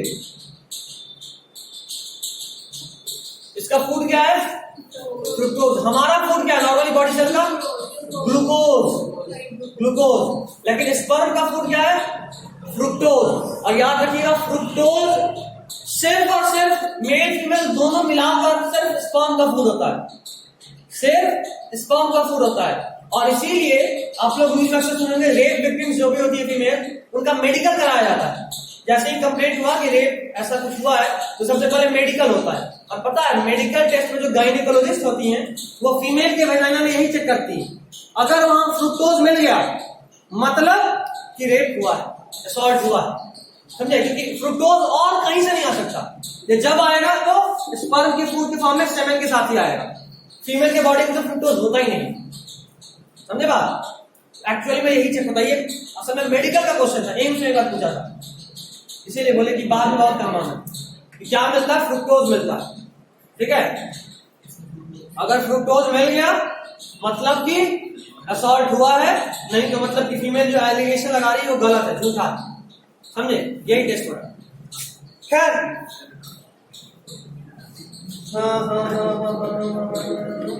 चलो ये तीनों याद रखिएगा, तीनों एनसीईआरटी में दिया है, ये एनसीईआरटी दिया है एक्चुअली, दिख गया हमको। बस इतना ही था मेल। अब बात करते हैं फीमेल का। कोई दिक्कत नहीं आगे? प्लांट का एक और काम होता है ना, जिसमें वो बेसिक नेचर प्रोवाइड करता है। हाँ, बट ये 12th वाले केस में बात करते हैं। एक्चुअली में मेल के केस में अगर हम सीमेंट का बात करें तो सीमेंट कहां से गुजरता है? देखो डायग्राम में ध्यान से, यूरेथ्रा से गुजर रहा है। यूरेथ्रा दिया नहीं दिया? हाँ, यूरेथ्रा दिया है, दिख रहा है। और उसी यूरेथ्रा से मेल के केस में उसका यूरिन भी गुजर रहा है। यूरिन एक्चुअली में एसिडिक नेचर का होता है, वहां यूरिक एसिड होता है। यूरिन में क्या होता है? Uric acid. तो ये सीमेंट बेसिक नेचर का होता है। एक्चुअली में जो प्रोस्टेट ग्लैंड है ना, वो सीमेंट को मिल्की अपीयरेंस देता है। सीमेंट का कलर मिल्की होता है, तो मिल्की अपीयरेंस प्रोवाइड करता है। और साथ में वो बेसिक नेचर का भी होता है, ताकि जो यूरेथ्रा का एसिडिक नेचर है उसको न्यूट्रलाइज कर सके। नहीं तो वो एसिडिक नेचर इस पूरे स्पर्म को किल कर देगा। समझे बात? ऐसा यहां तक ठीक है। चलिए बात करते हैं फीमेल रिप्रोडक्टिव सिस्टम का।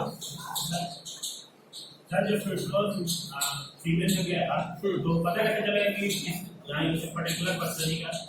ये पता करने के लिए ये चीज टेस्ट नहीं करते। ये टेस्ट करने के लिए पता करते हैं कि शॉर्ट हुआ या नहीं, एक्चुअल में रेप हुआ या सर तो डीएनए बिल्कुल होता है। वो मतलब हम जो फ्रुक्टोज बोले इससे ये कंफर्म नहीं होता कि कौन किया है, इससे सिर्फ ये कंफर्म होता है कि हुआ है या नहीं हुआ। समझे? उसके लिए तो पुलिस का इतना इन्वेस्टिगेशन होता है। तो कोई भी फीमेल कंप्लेन की तो उसी वक्त चेक कर लिया कैसा कौन था, ये उससे नहीं होता। इन्वेस्टिगेशन कौन था ये पता करने के लिए होता है।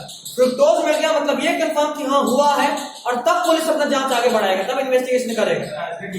सीधा पकड़ लेगा कि हाँ सही है क्या सीधा पकड़ सकता है कि हाँ जैसे इसने नाम ले लिया तो सीधा पकड़ लेगा कि हाँ ये क्या। जरूरी थोड़ा ना, कई बार फॉल्स एलिगेशन भी हो सकता है, कुछ भी हो सकता है ना।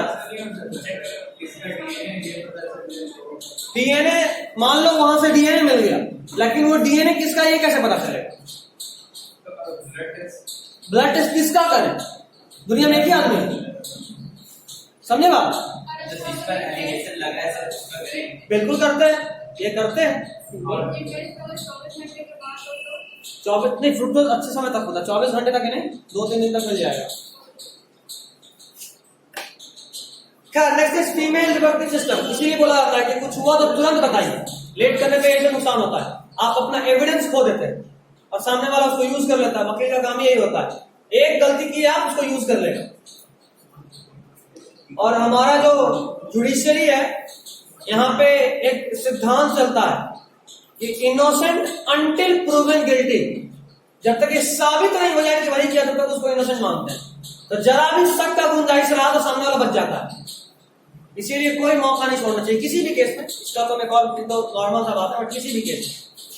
चलिए next is female reproductive system. ये तो आप क्लास 6 में भी एक बार इस डायग्राम से मिले होंगे, है ना? 8 में तो कंफर्म मिले होंगे, 6 में भी हम लोग 6 में मिल लिए थे इससे। भले ही समझ में कुछ नहीं आ रहा था बट मिले थे। 6 के बाद फिर 8 में मिले, वहां समझ में आया थोड़ा थोड़ा। 10th में थोड़ा और समझ में आया।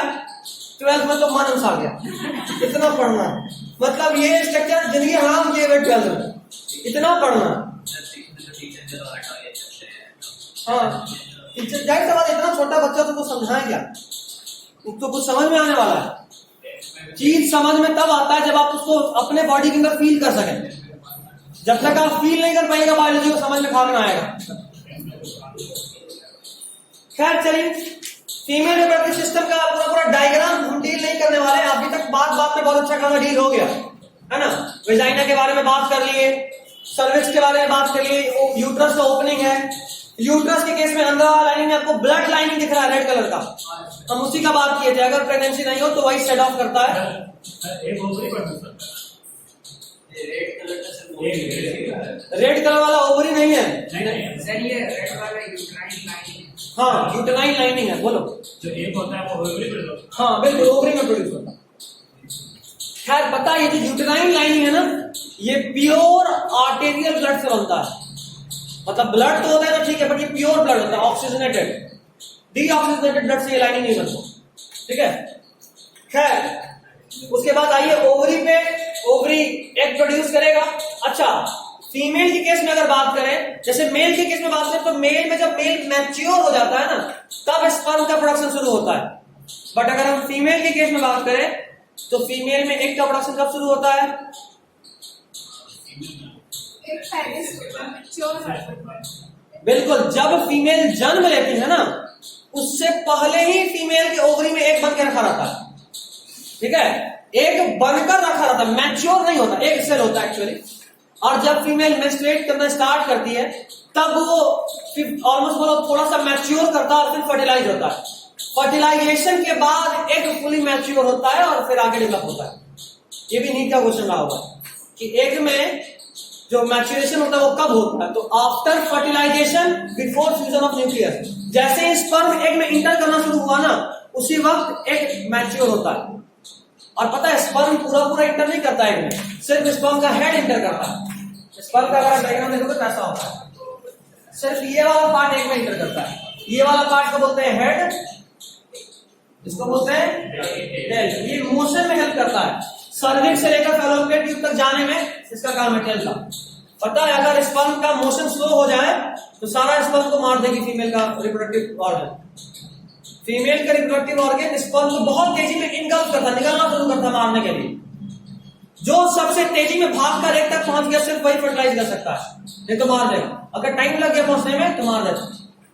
सोचो मिलियंस ऑफ स्पर्म प्रोड्यूस होता है ना, और जो एक तक एक्चुअली में पहुंचता है पता है उसका नंबर सिर्फ 50 से 60 बचता है, बाकी सबको फीमेल रिप्रोडक्टिव ट्रैक्ट मार देता है, इंगल्फ कर जाता है। हाँ, फ्यूज करने वाला एक ही होता है, मिलियंस में से एक। तो नेचर का सेलेक्ट करने का तरीका है, मिलियंस ऑफ स्पर्म वहां पहुंचा था, बट जो सबसे फिट था वही फ्यूज कर पाया। सबसे फ्यूज वही करता है जो सबसे पहले पहुंचता है, तो जो सबसे फिट होगा वो सबसे पहले पहुंचेगा, अब वही फ्यूज कर पाएगा, बाकी तो रास्ते में ही खत्म। लगता तो साइड में बहुत बड़ा है, 12th का है, वहां पढ़े। दो तरीके से रोकता है, fast block to check polyspermy and slow block to check polyspermy. Polyspermy means fusion from more than one sperm, polyspermy fusion from more than one sperm. 12 बहुत पढ़ गया है।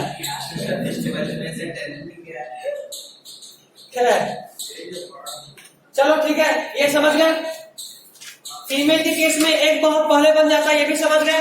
मैच्योर होता है मैच्योरेशन के बाद, और एक बार में एक ओवरी से एक आता है, अल्टरनेट ओवरी से एक आता है फीमेल के केस में। एक बार में पहला ओवरी से आया, मान लो लेफ्ट ओवरी से, तो नेक्स्ट मंथ में राइट ओवरी से आएगा, उसके नेक्स्ट मंथ में फिर से लेफ्ट ओवरी, फिर नेक्स्ट मंथ में राइट ओवरी, मतलब अल्टरनेट ओवरी से एक आता है पर मंथ। सर ऐसा भी तो होता है सर कि एक दफा में सर लड़का लड़की दोनों का हो जाता है। अच्छा हाँ, वहां पे वो एबनॉर्मेलिटी है जब एक साथ दो एग आ जाता है। स्पर्म तो मिलियंस में आ रहा है, हम तो बोले कि एक तक जो पहुंचता है 50 होता है। जो सबसे पहले आया वो पहले वाले एग में गया, जो दूसरा पहुंचा दूसरे वाले एग में गया। अच्छा, ये केस एक और केस होता है, जुड़वा का 2 केस। जुड़वा में एक केस होता है कि दोनों बेटा या दोनों बेटी, या फिर एक होता है एक बेटा एक बेटी। एक बेटा एक बेटी वाला केस अगर हो जाए तो कंफर्म है कि 2 एग आया होगा। और अगर जुड़वा वाला केस है दोनों बेटा या दोनों बेटी, तो वहां पे 2 केस बनता है। अगर वो दोनों आइडेंटिकल एग्जैक्टली सिमिलर, मतलब एक ही था, एक ही एग था, एक ही स्पर्म था, बाद में कुछ ऐसा हुआ कि वो जाइगोट टूट गया 2 पार्ट में। कैसे टूटता है वो भी 12th में पढ़ना। देख मत वो देख लिया, 12th में पढ़ना भी खत्म करना।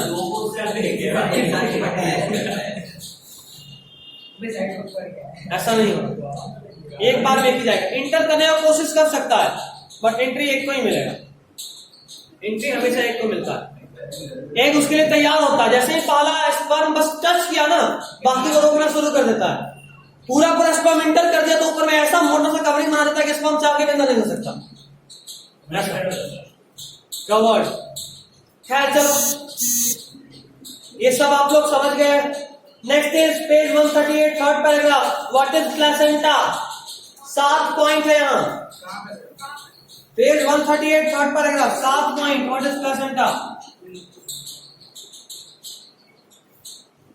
मिला? पहला पॉइंट लिखिए, मतलब अंडरलाइन कीजिए, मार्क कीजिए। The embryo gets nutrition from the mother's blood with the help of a special tissue called placenta. मिला? Page 138 third paragraph. दूसरा point, this is the disc which is embedded in the uterine wall. मिला? तीसरा, it contains villi on the embryo side of the tissue On the mother side are blood spaces which surrounds the villi. मिला? Yes, sir. चौथा point, this provides a large surface area for glucose and oxygen to pass from mother to the embryo. मिला? Yes, sir. पांचवा point,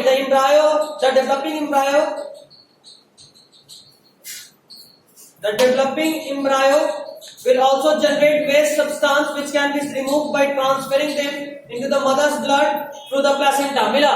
Yes, sir. Sixth point, the development of the child inside the mother's body takes approximately 9 months. मिला? इसी का बात कर रहे थे gestation period. And the last point, the child is born as a result of rhythmic contraction of the muscles in the uterus. मिला? यही 7 point है. एक बार रीड कीजिए फिर डील कर लेते हैं. चलो देखो. क्या? हाँ, नंबर आया तो तारीफ करने के लिए, नहीं आया तो बातचीत करने के लिए. हाँ, स्मोकिंग के साथ किसी और चीज से फैक्टर हो सकता है. हाँ, टोबैको हर तरीके से काम करेगा. स्मोकिंग और टोबैको के अलावा अल्कोहल, नशा वाला सर, नशा वाला हर चीज. नशा पूरे बॉडी को ही हार्म करता है. ये भी बॉडी का पार्ट ही है ना. इसके अलावा क्या? तो वो अल्कोहल और हम लोग वाला अल्कोहल में बहुत डिफरेंस है. अल्कोहल में ही डिफरेंस है. गाड़ी का नशा वाला चीज के अलावा इसका फ्यूचर का बहुत टेंशन है. एकदम सेफ्टी चाहता है ना देश.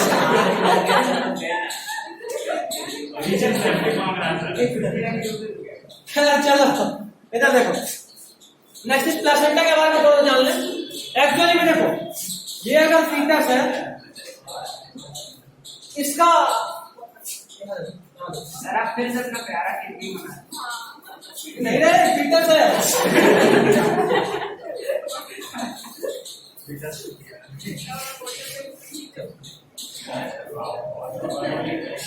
12 बजे से तुम लोग रहना, तुम लोगों के लिए हमको टेंशन नहीं. टीचर का टेंशन है ना. बोलने की नहीं.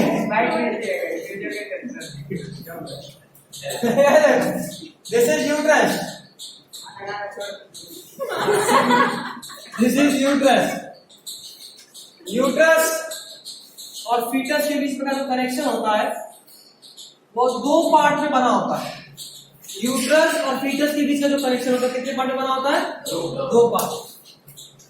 मदर के साइड से जो कनेक्शन होता है उसको बोलते हैं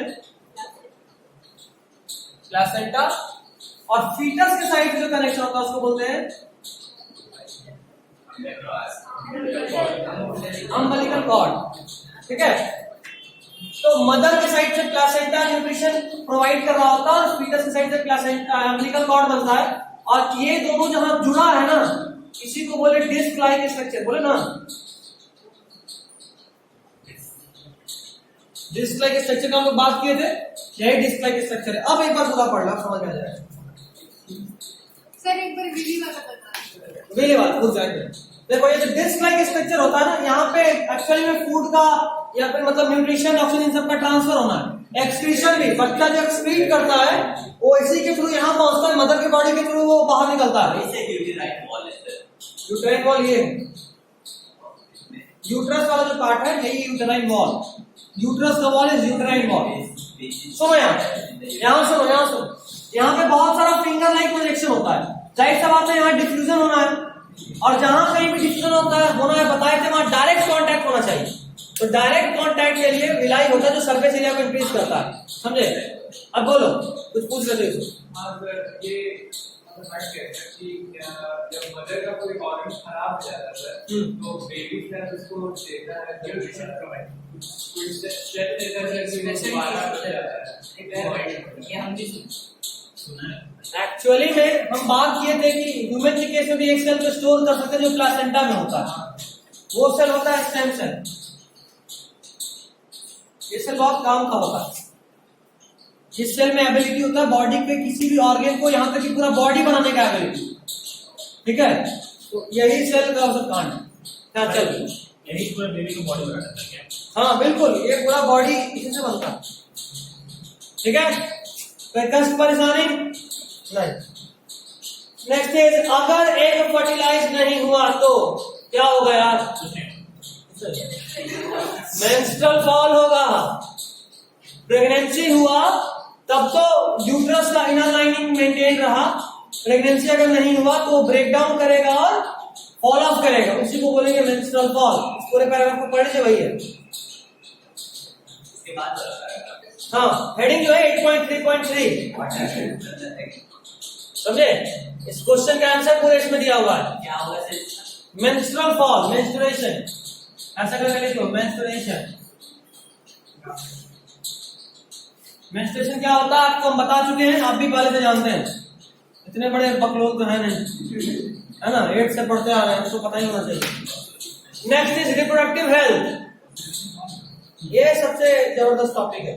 यहाँ से एक क्वेश्चन तो आता ही आता है, 5 मार्क्स का क्वेश्चन। यहाँ से एक क्वेश्चन तो आना ही आना रिप्रोडक्टिव हेल्थ से हर साल। और सबसे ज्यादा क्या आता है इसमें? असल में दो चीज तो है। सबसे ज्यादा ये पूछता है कि 2 वायरल और 2 बैक्टीरियल एसटीडी का नाम बताइए। एसटीडी मतलब सेक्सुअली ट्रांसमिटेड डिजीज। आजकल 12th वाले एमसीआईटी में एक नया कांड किया, एसटीआई लिखना शुरू किया, सेक्सुअली ट्रांसमिटेड इन्फेक्शन। तो कहीं एसटीआई लिख दिया, कहीं नहीं सोचेगा क्या लिख दिया, एसटीडी को ही एसटीआई बोलते हैं, तो ये बस लिख लो। हमको बस डर लग रहा है क्या लिखवा रहे हैं, एक लेटर से तो कुछ होना नहीं है। STI sexually transmitted infection.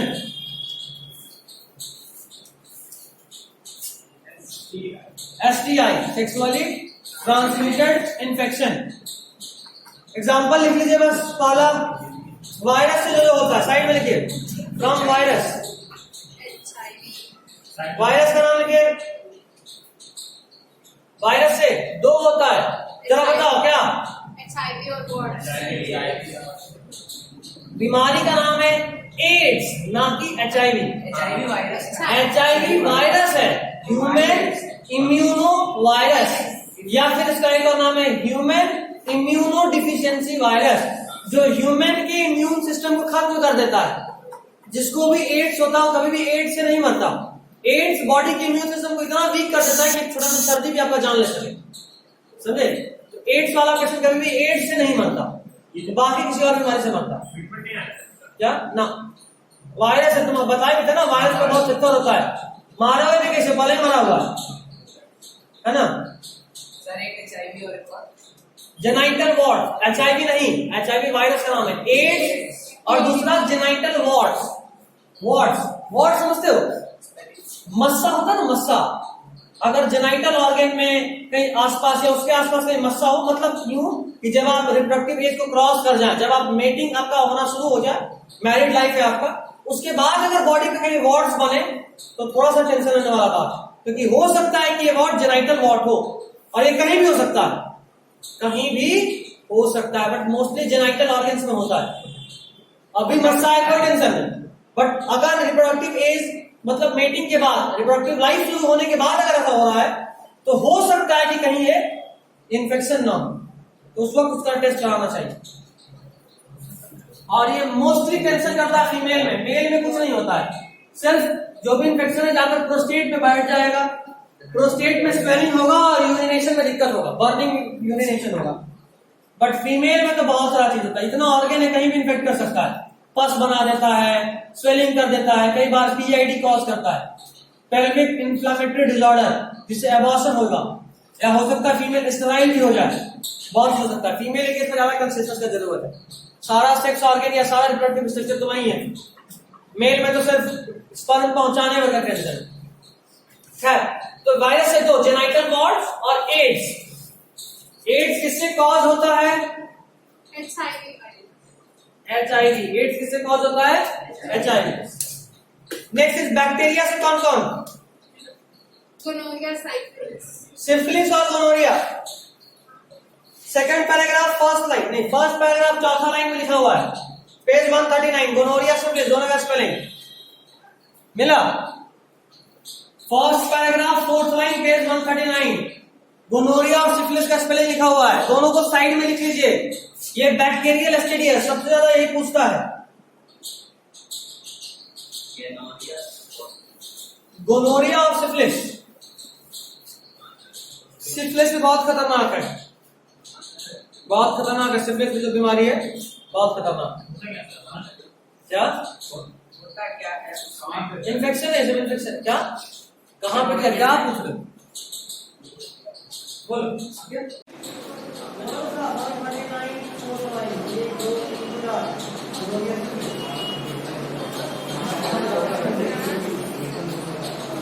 Side में लिख लीजिए, अंडरलाइन मत कीजिए, साइड में लिख लीजिए। बैक्टीरियल और वायरल दोनों को साइड में लिख लीजिए क्योंकि इंपॉर्टेंट है, बाद में भूल सकते हो। सर वायरस में क्या होता है? एड्स और जेनाइटल वॉर्ड,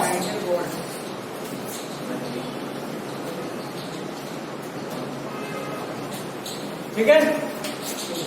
चलिए अब बात करते हैं प्रेगनेंसी को अवॉइड करने का तरीका, है ना। क्योंकि सबसे बड़ा जो अभी के टाइम का काम है पॉपुलेशन कंट्रोल, और दूसरा जितना आपका औकात हो उतना ही चिल्ड्रन होने चाहिए। 10 चिल्ड्रन हो जाए और एक को भी खिला नहीं पा रहे हैं तो गलती आपका ही है ना। भले बच्चा रो रहा है, भूख से वो मरेगा, बट आप ही को रखना है। जब खिला नहीं सके तो फिर पैदा ही क्यों की। और सिर्फ खिलाना ही नहीं, अभी के टाइम में सबसे बड़ा चीज है कि आप उतने ही चिल्ड्रन अपने पास रखिए जितना को आप प्रॉपर गाइडेंस या प्रॉपर बचपन प्रोवाइड कर सके, बचपन दे सके कम से कम उनको। बड़ा होने के बाद तो सबका अपना लाइफ होता है, बट उतना ही बेबी होना चाहिए जितना को आप बचपन दे सके। आपके लेवल का बात, आपका अगर उतना हिम्मत नहीं है, उतना आप नहीं अर्न कर रहे हैं तो एक बच्चा भी काफी है ना। क्या क्या अरे यार, इसका मतलब थोड़ा ना बिजनेस शुरू करते बच्चा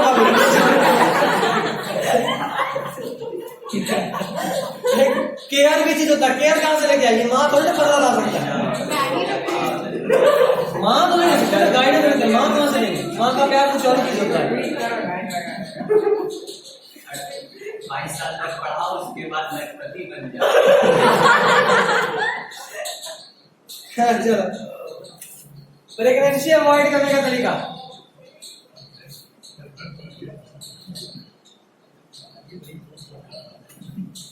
देखो हम इसको सिंपल वे में 3 पार्ट में डिवाइड कर रहे हैं।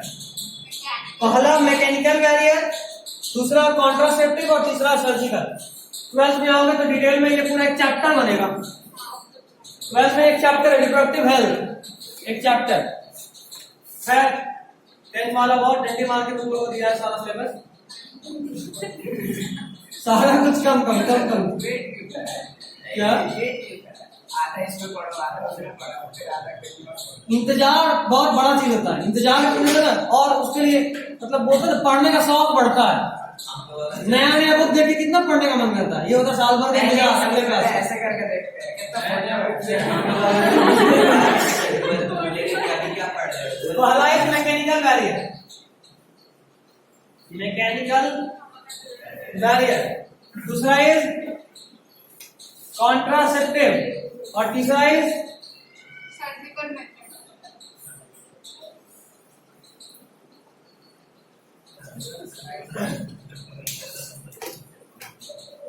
अगर हम मैकेनिकल बैरियर का बात करें, मतलब किसी तरीके से स्पर्म को एक तक नहीं पहुंचने देना, मैकेनिकली रोक देना बीच में। तो चुपचाप यूज कॉन्डम्स। अगर आप कॉन्डम्स यूज कर रहे हैं तो स्पर्म कभी एक तक नहीं पहुंच पाएगा, स्पर्म कभी एक तक नहीं पहुंच पाएगा। और कॉन्डम्स भी 2 तरह का होता है, एक मेल और एक फीमेल। मेल कॉन्डम्स को तो मेल कॉन्डम ही बोलते हैं, फीमेल कॉन्डम को बोलते हैं फेमिडॉम, फेमिडॉम, ठीक है। और क्या फेमिडॉम 12th का टर्म है, सुन लिए, दोनों का अलग अलग होता है। आधा बात आता है फिर रुक जाता है। मैकेनिकल बैरियर में कॉन्डम, तरीका क्या, स्पर्म और एग को एक साथ आने तक रोकना है। कॉन्ट्रासेप्टिव, ये भी मोस्टली फीमेल में ही यूज होता है। कॉन्ट्रासेप्टिव एक्चुअली में हार्मोन को भी यूज करता है। जैसे देखो अभी थोड़ी देर पहले बताए थे कि स्पर्म बहुत ही बेदर्दी से फीमेल रिप्रोडक्टिव सिस्टम इनगल्फ करता है। तो ये सब हार्मोन को यूज करके फीमेल रिप्रोडक्टिव सिस्टम में कुछ ऐसा स्ट्रक्चर्स डाल देते हैं जिससे कि स्पर्म का जो मोटिलिटी है ना वो डाउन हो जाए। उसका मोटिलिटी स्लो हो जाए। अब मान लो स्पर्म तेजी से जिसको भागना था उसको धीरे धीरे दौड़ाओगे तो फीमेल का यूटेराइन वॉल उसको छोड़ेगा, पार्टी हो जाएगा, उसका पावर इंक्रीमेंट सारा इनकम कर जाएगा। तो उसमें हम लोग यूज करते हैं कॉपर टी। कॉपर टी क्या होता है?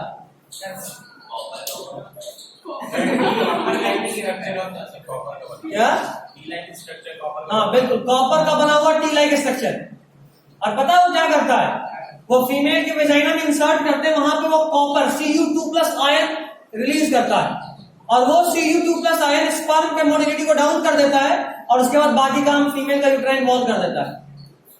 ठीक है, लेकिन इसका साइड इफेक्ट बहुत ज्यादा है। चांसेस होता है लेकिन नहीं। देखो इसमें तो बहुत कम चांस प्रेगनेंसी का, इसमें चांसेस बहुत डाउन, बहुत कम, बट इससे थोड़ा ज्यादा, और इसमें तो जीरो, हो ही नहीं सकता। बताते हैं कैसे। खैर इसके अलावा पिल्स भी यूज करते हैं, हार्मोनल पिल्स। ठीक है, अभी हम बताए थे कि मेंस्ट्रुअल साइकिल हार्मोन पे डिपेंड करता है और साथ में ये भी बताए थे कि 12th में ग्राफ के साथ हार्मोन का लेवल रखना है। तो एग रिलीज होने के लिए ना कुछ हार्मोन्स का लेवल बहुत हाई होना चाहिए, जो कि 14th day of menstrual cycle में होता है। ठीक है, LH, FSH इस तरह के कुछ हार्मोन जो बहुत हाई होता है। बट ये सब पिल्स क्या करता है कि उन सब हार्मोन्स को जबरदस्ती डाउन कर देता है। अब अगर वो हार्मोन का लेवल डाउन है तो क्या एग रिलीज होगा? नहीं। तो कितना भी स्पर्म जाना है जाओ, बट एग ही नहीं आना तो फर्टिलाइजेशन होगा? नहीं। फर्टिलाइजेशन नहीं होगा तो कभी प्रेगनेंसी होगा? नहीं। हाँ, फीमेल। मेल में भी एक तरह का पिल बना है जो स्पर्मेटोजेनेसिस को रोकता है। बिल्कुल, इनका साइड इफेक्ट मजा में है। कॉपर टी से इरिटेशन बहुत होता है ना। और पिल से तो वोमिटिंग ऐसा है, क्योंकि हार्मोन बढ़ गया ना, बॉडी में हार्मोन बढ़ा घटा तो वोमिटिंग, एब्डोमिनल पेन, ये सब कॉमन है। फिर जब एग रिलीज नहीं करेगा तो मेंस्ट्रुएशन क्या? एग रिलीज नहीं करेगा तो मेंस्ट्रुएशन क्यों नहीं? एग रिलीज नहीं होगा तो मेंस्ट्रुएशन तो होगा ही ना। मेंस्ट्रुएशन क्यों हो रहा है? प्रेगनेंसी ना हो इसीलिए। ठीक है, वैसे मेंस्ट्रुएशन को रोकने के लिए भी कुछ हार्मोन्स होते हैं जो, जैसे बताया ना कि अगर प्रेगनेंसी हुआ तब तो ठीक है, नहीं हुआ तो ब्रेक होता है। तो एक्चुअली में होता यह है कि अगर प्रेगनेंसी नहीं हुआ ना तो हार्मोन का लेवल डाउन हो जाता है। तो कई बार जो फीमेल एथलेटिक्स होती हैं, मान लो जिस दिन उनका मैच है उस दिन उनका पीरियड है, तो क्या करें? तो पिल्स लेती हैं जबरदस्ती अपने हार्मोन के लेवल को हाई रखने के लिए, और जब तक हार्मोन का लेवल उनके बॉडी में हाई रहेगा मेंस्ट्रुएशन, मेंस्ट्रुअल फॉल नहीं होगा। ये भी 12th का। खैर, तो ओरल पिल का बात कर लिए, वेजाइनल पिल का बात कर लिए। बताइए, हार्मोनल बैलेंस को रोकता है और साइड इफेक्ट कॉज कर सकता है। ठीक है ना। पिल्स दो तरह का, ओरल भी मतलब जो माउथ से इंटेक करें, और वेजाइनल भी। इन दोनों का साइड इफेक्ट टू होता है। और दूसरा चेंजेस हार्मोनल लेवल, बॉडी में हार्मोन के लेवल को चेंज करता है। आगे जाके प्रेगनेंसी में प्रॉब्लम हो सकता है ना, रोक देंगे तो फिर रुक जाएगा। कई बार थोड़ा थोड़ा प्रॉब्लम आता है, लेकिन नॉर्मली ना के बराबर आता है, काम चलाओ। ऐसे बात है, बॉडी में हार्मोन चेंज करें तो कुछ तो अंदर होगा, बट ज्यादा नहीं। ठीक है, खैर यहाँ पे ठीक है।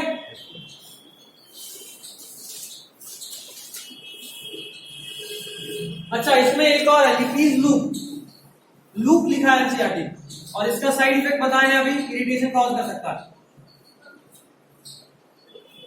लूप, हाँ, लूप, लिपीज लूप। एनसीईआरटी पता नहीं क्या लिखा है, लूप नहीं लिखा है। एक होता है लिपीज लूप, एनसीईआरटी सिर्फ लूप लिखा है, तो आपसे पता ही लिखी। और सर्जिकल मेथड, जो बहुत ही प्यारा क्वेश्चन है बोर्ड का। सर्जिकल मेथड मतलब सर्जरी करके किसी तरह स्पर्म को एक तक पहुंचने जरूरत दी। दो जगह सर्जरी कर सकते हैं, या तो मेल में वैस डिफरेंस को काट दो। अगर वैस डिफरेंस काट दे तो टेस्टिस से स्पर्म कभी पहुंचेगा नहीं, क्योंकि वैस डिफरेंस काटने इसको बोलते हैं वेसेक्टॉमी। देखो, टॉमी बायोलॉजिकली ऐसा टर्म है जिसका मतलब होता है काटना। ऐसे भी टॉमी कुत्ता होता है, काटता ही। बायोलॉजी में भी जिस चीज को काटो उसमें टॉमी जोड़ दो। ठीक है, मान लो जैसे अभी बात करें फीमेल के, कैसे ये मेल में होता है, फीमेल बात से तो क्या काटते हैं? फैलोपियन ट्यूब, तो इसको बोलते हैं ट्यूबेक्टॉमी। टॉमी को बोले ट्यूब को काटो, ट्यूबेक्टॉमी, ठीक है। ये फीमेल। एनाटॉमी एनाटॉमी मतलब बॉडी के अंदर जो कुछ उसको काट कर देखो। सर मास डिफरेंस से पता है कि उसमें गैस से मतलब बात उसमें ट्यूब है ट्यूब एनाटॉमी के एनाटॉमी ठीक है, हटाएं, हटाएंगे, चैप्टर खत्म हो गया, चैप्टर खत्म। जी लो अपनी जिंदगी। याद रखना हर एक क्वेश्चन चाहे इन टेक्स्ट हो या चैप्टर एंड हो, बहुत इंपॉर्टेंट है बायोलॉजी में। अब देखो हेरिडिटी तो आज बच गया, बट कोई बात नहीं है, बहुत छोटा चैप्टर है। हम सोचे कि रिप्रोडक्शन को संभाल में यहाँ से क्वेश्चन 2 आएगा। क्या पूरा हेरिडिटी खत्म? हाँ खैर एक बात और सुन लीजिए, हेरिडिटी वाला चैप्टर के साथ कल इकोसिस्टम भी पढ़कर आइएगा। हाँ भाई, और कोशिश करिए कि आवर इन्वायरमेंट का नोट्स हम पहले ही भेज दें। तो आवर इन्वायरमेंट वाले में क्या होगा कि आप पढ़ के आइएगा, हम नोट्स कोशिश करेंगे आप शाम को भेज देने का। आप पढ़ के आइएगा, जो दिक्कत होगा सिर्फ वही समझाएंगे, उस चैप्टर में टाइम पास नहीं करेंगे। पिरामिड अरे पिरामिड बोल दिया बोलो ना। अच्छा ठीक है, जो भी होगा बता दो। हाँ पेज नंबर कॉन्ट्रासेप्शन में क्या? एक सेकंड वापस बोलो कुछ। साजन बोलो, कॉन्ट्रासेप्शन में पहले साजन बोलो। Sajan sir page number 114 question number 4 में सर जो है क्वेश्चन है इससे कैसे 14। 114 हाँ क्वेश्चन नंबर, हाँ प्लेसेंटा वाला कहानी। प्लेसेंटा में जो नीचे वाला पार्ट था जहां से बताया था कि दोनों जुड़ता है, व्हील लाइक स्ट्रक्चर बनता है। हाँ बिल्कुल, डिस्क लाइक स्ट्रक्चर वहां से ट्रांसफर होता है, वहां पर पढ़ेंगे। और बोलो तुम क्या पूछ रहे थे? कॉन्ट्रासेप्टिव और कॉन्ट्रासेप्शन में डिफरेंस। कॉन्ट्रासेप्टिव डिवाइस को बोलते हैं, कॉन्ट्रासेप्शन मतलब रोक देना, प्रेगनेंसी को रोक देना इस कॉन्ट्रासेप्शन। जिस डिवाइस के थ्रू रोकते हैं उसको बोलते हैं कॉन्ट्रासेप्टिव, ठीक है।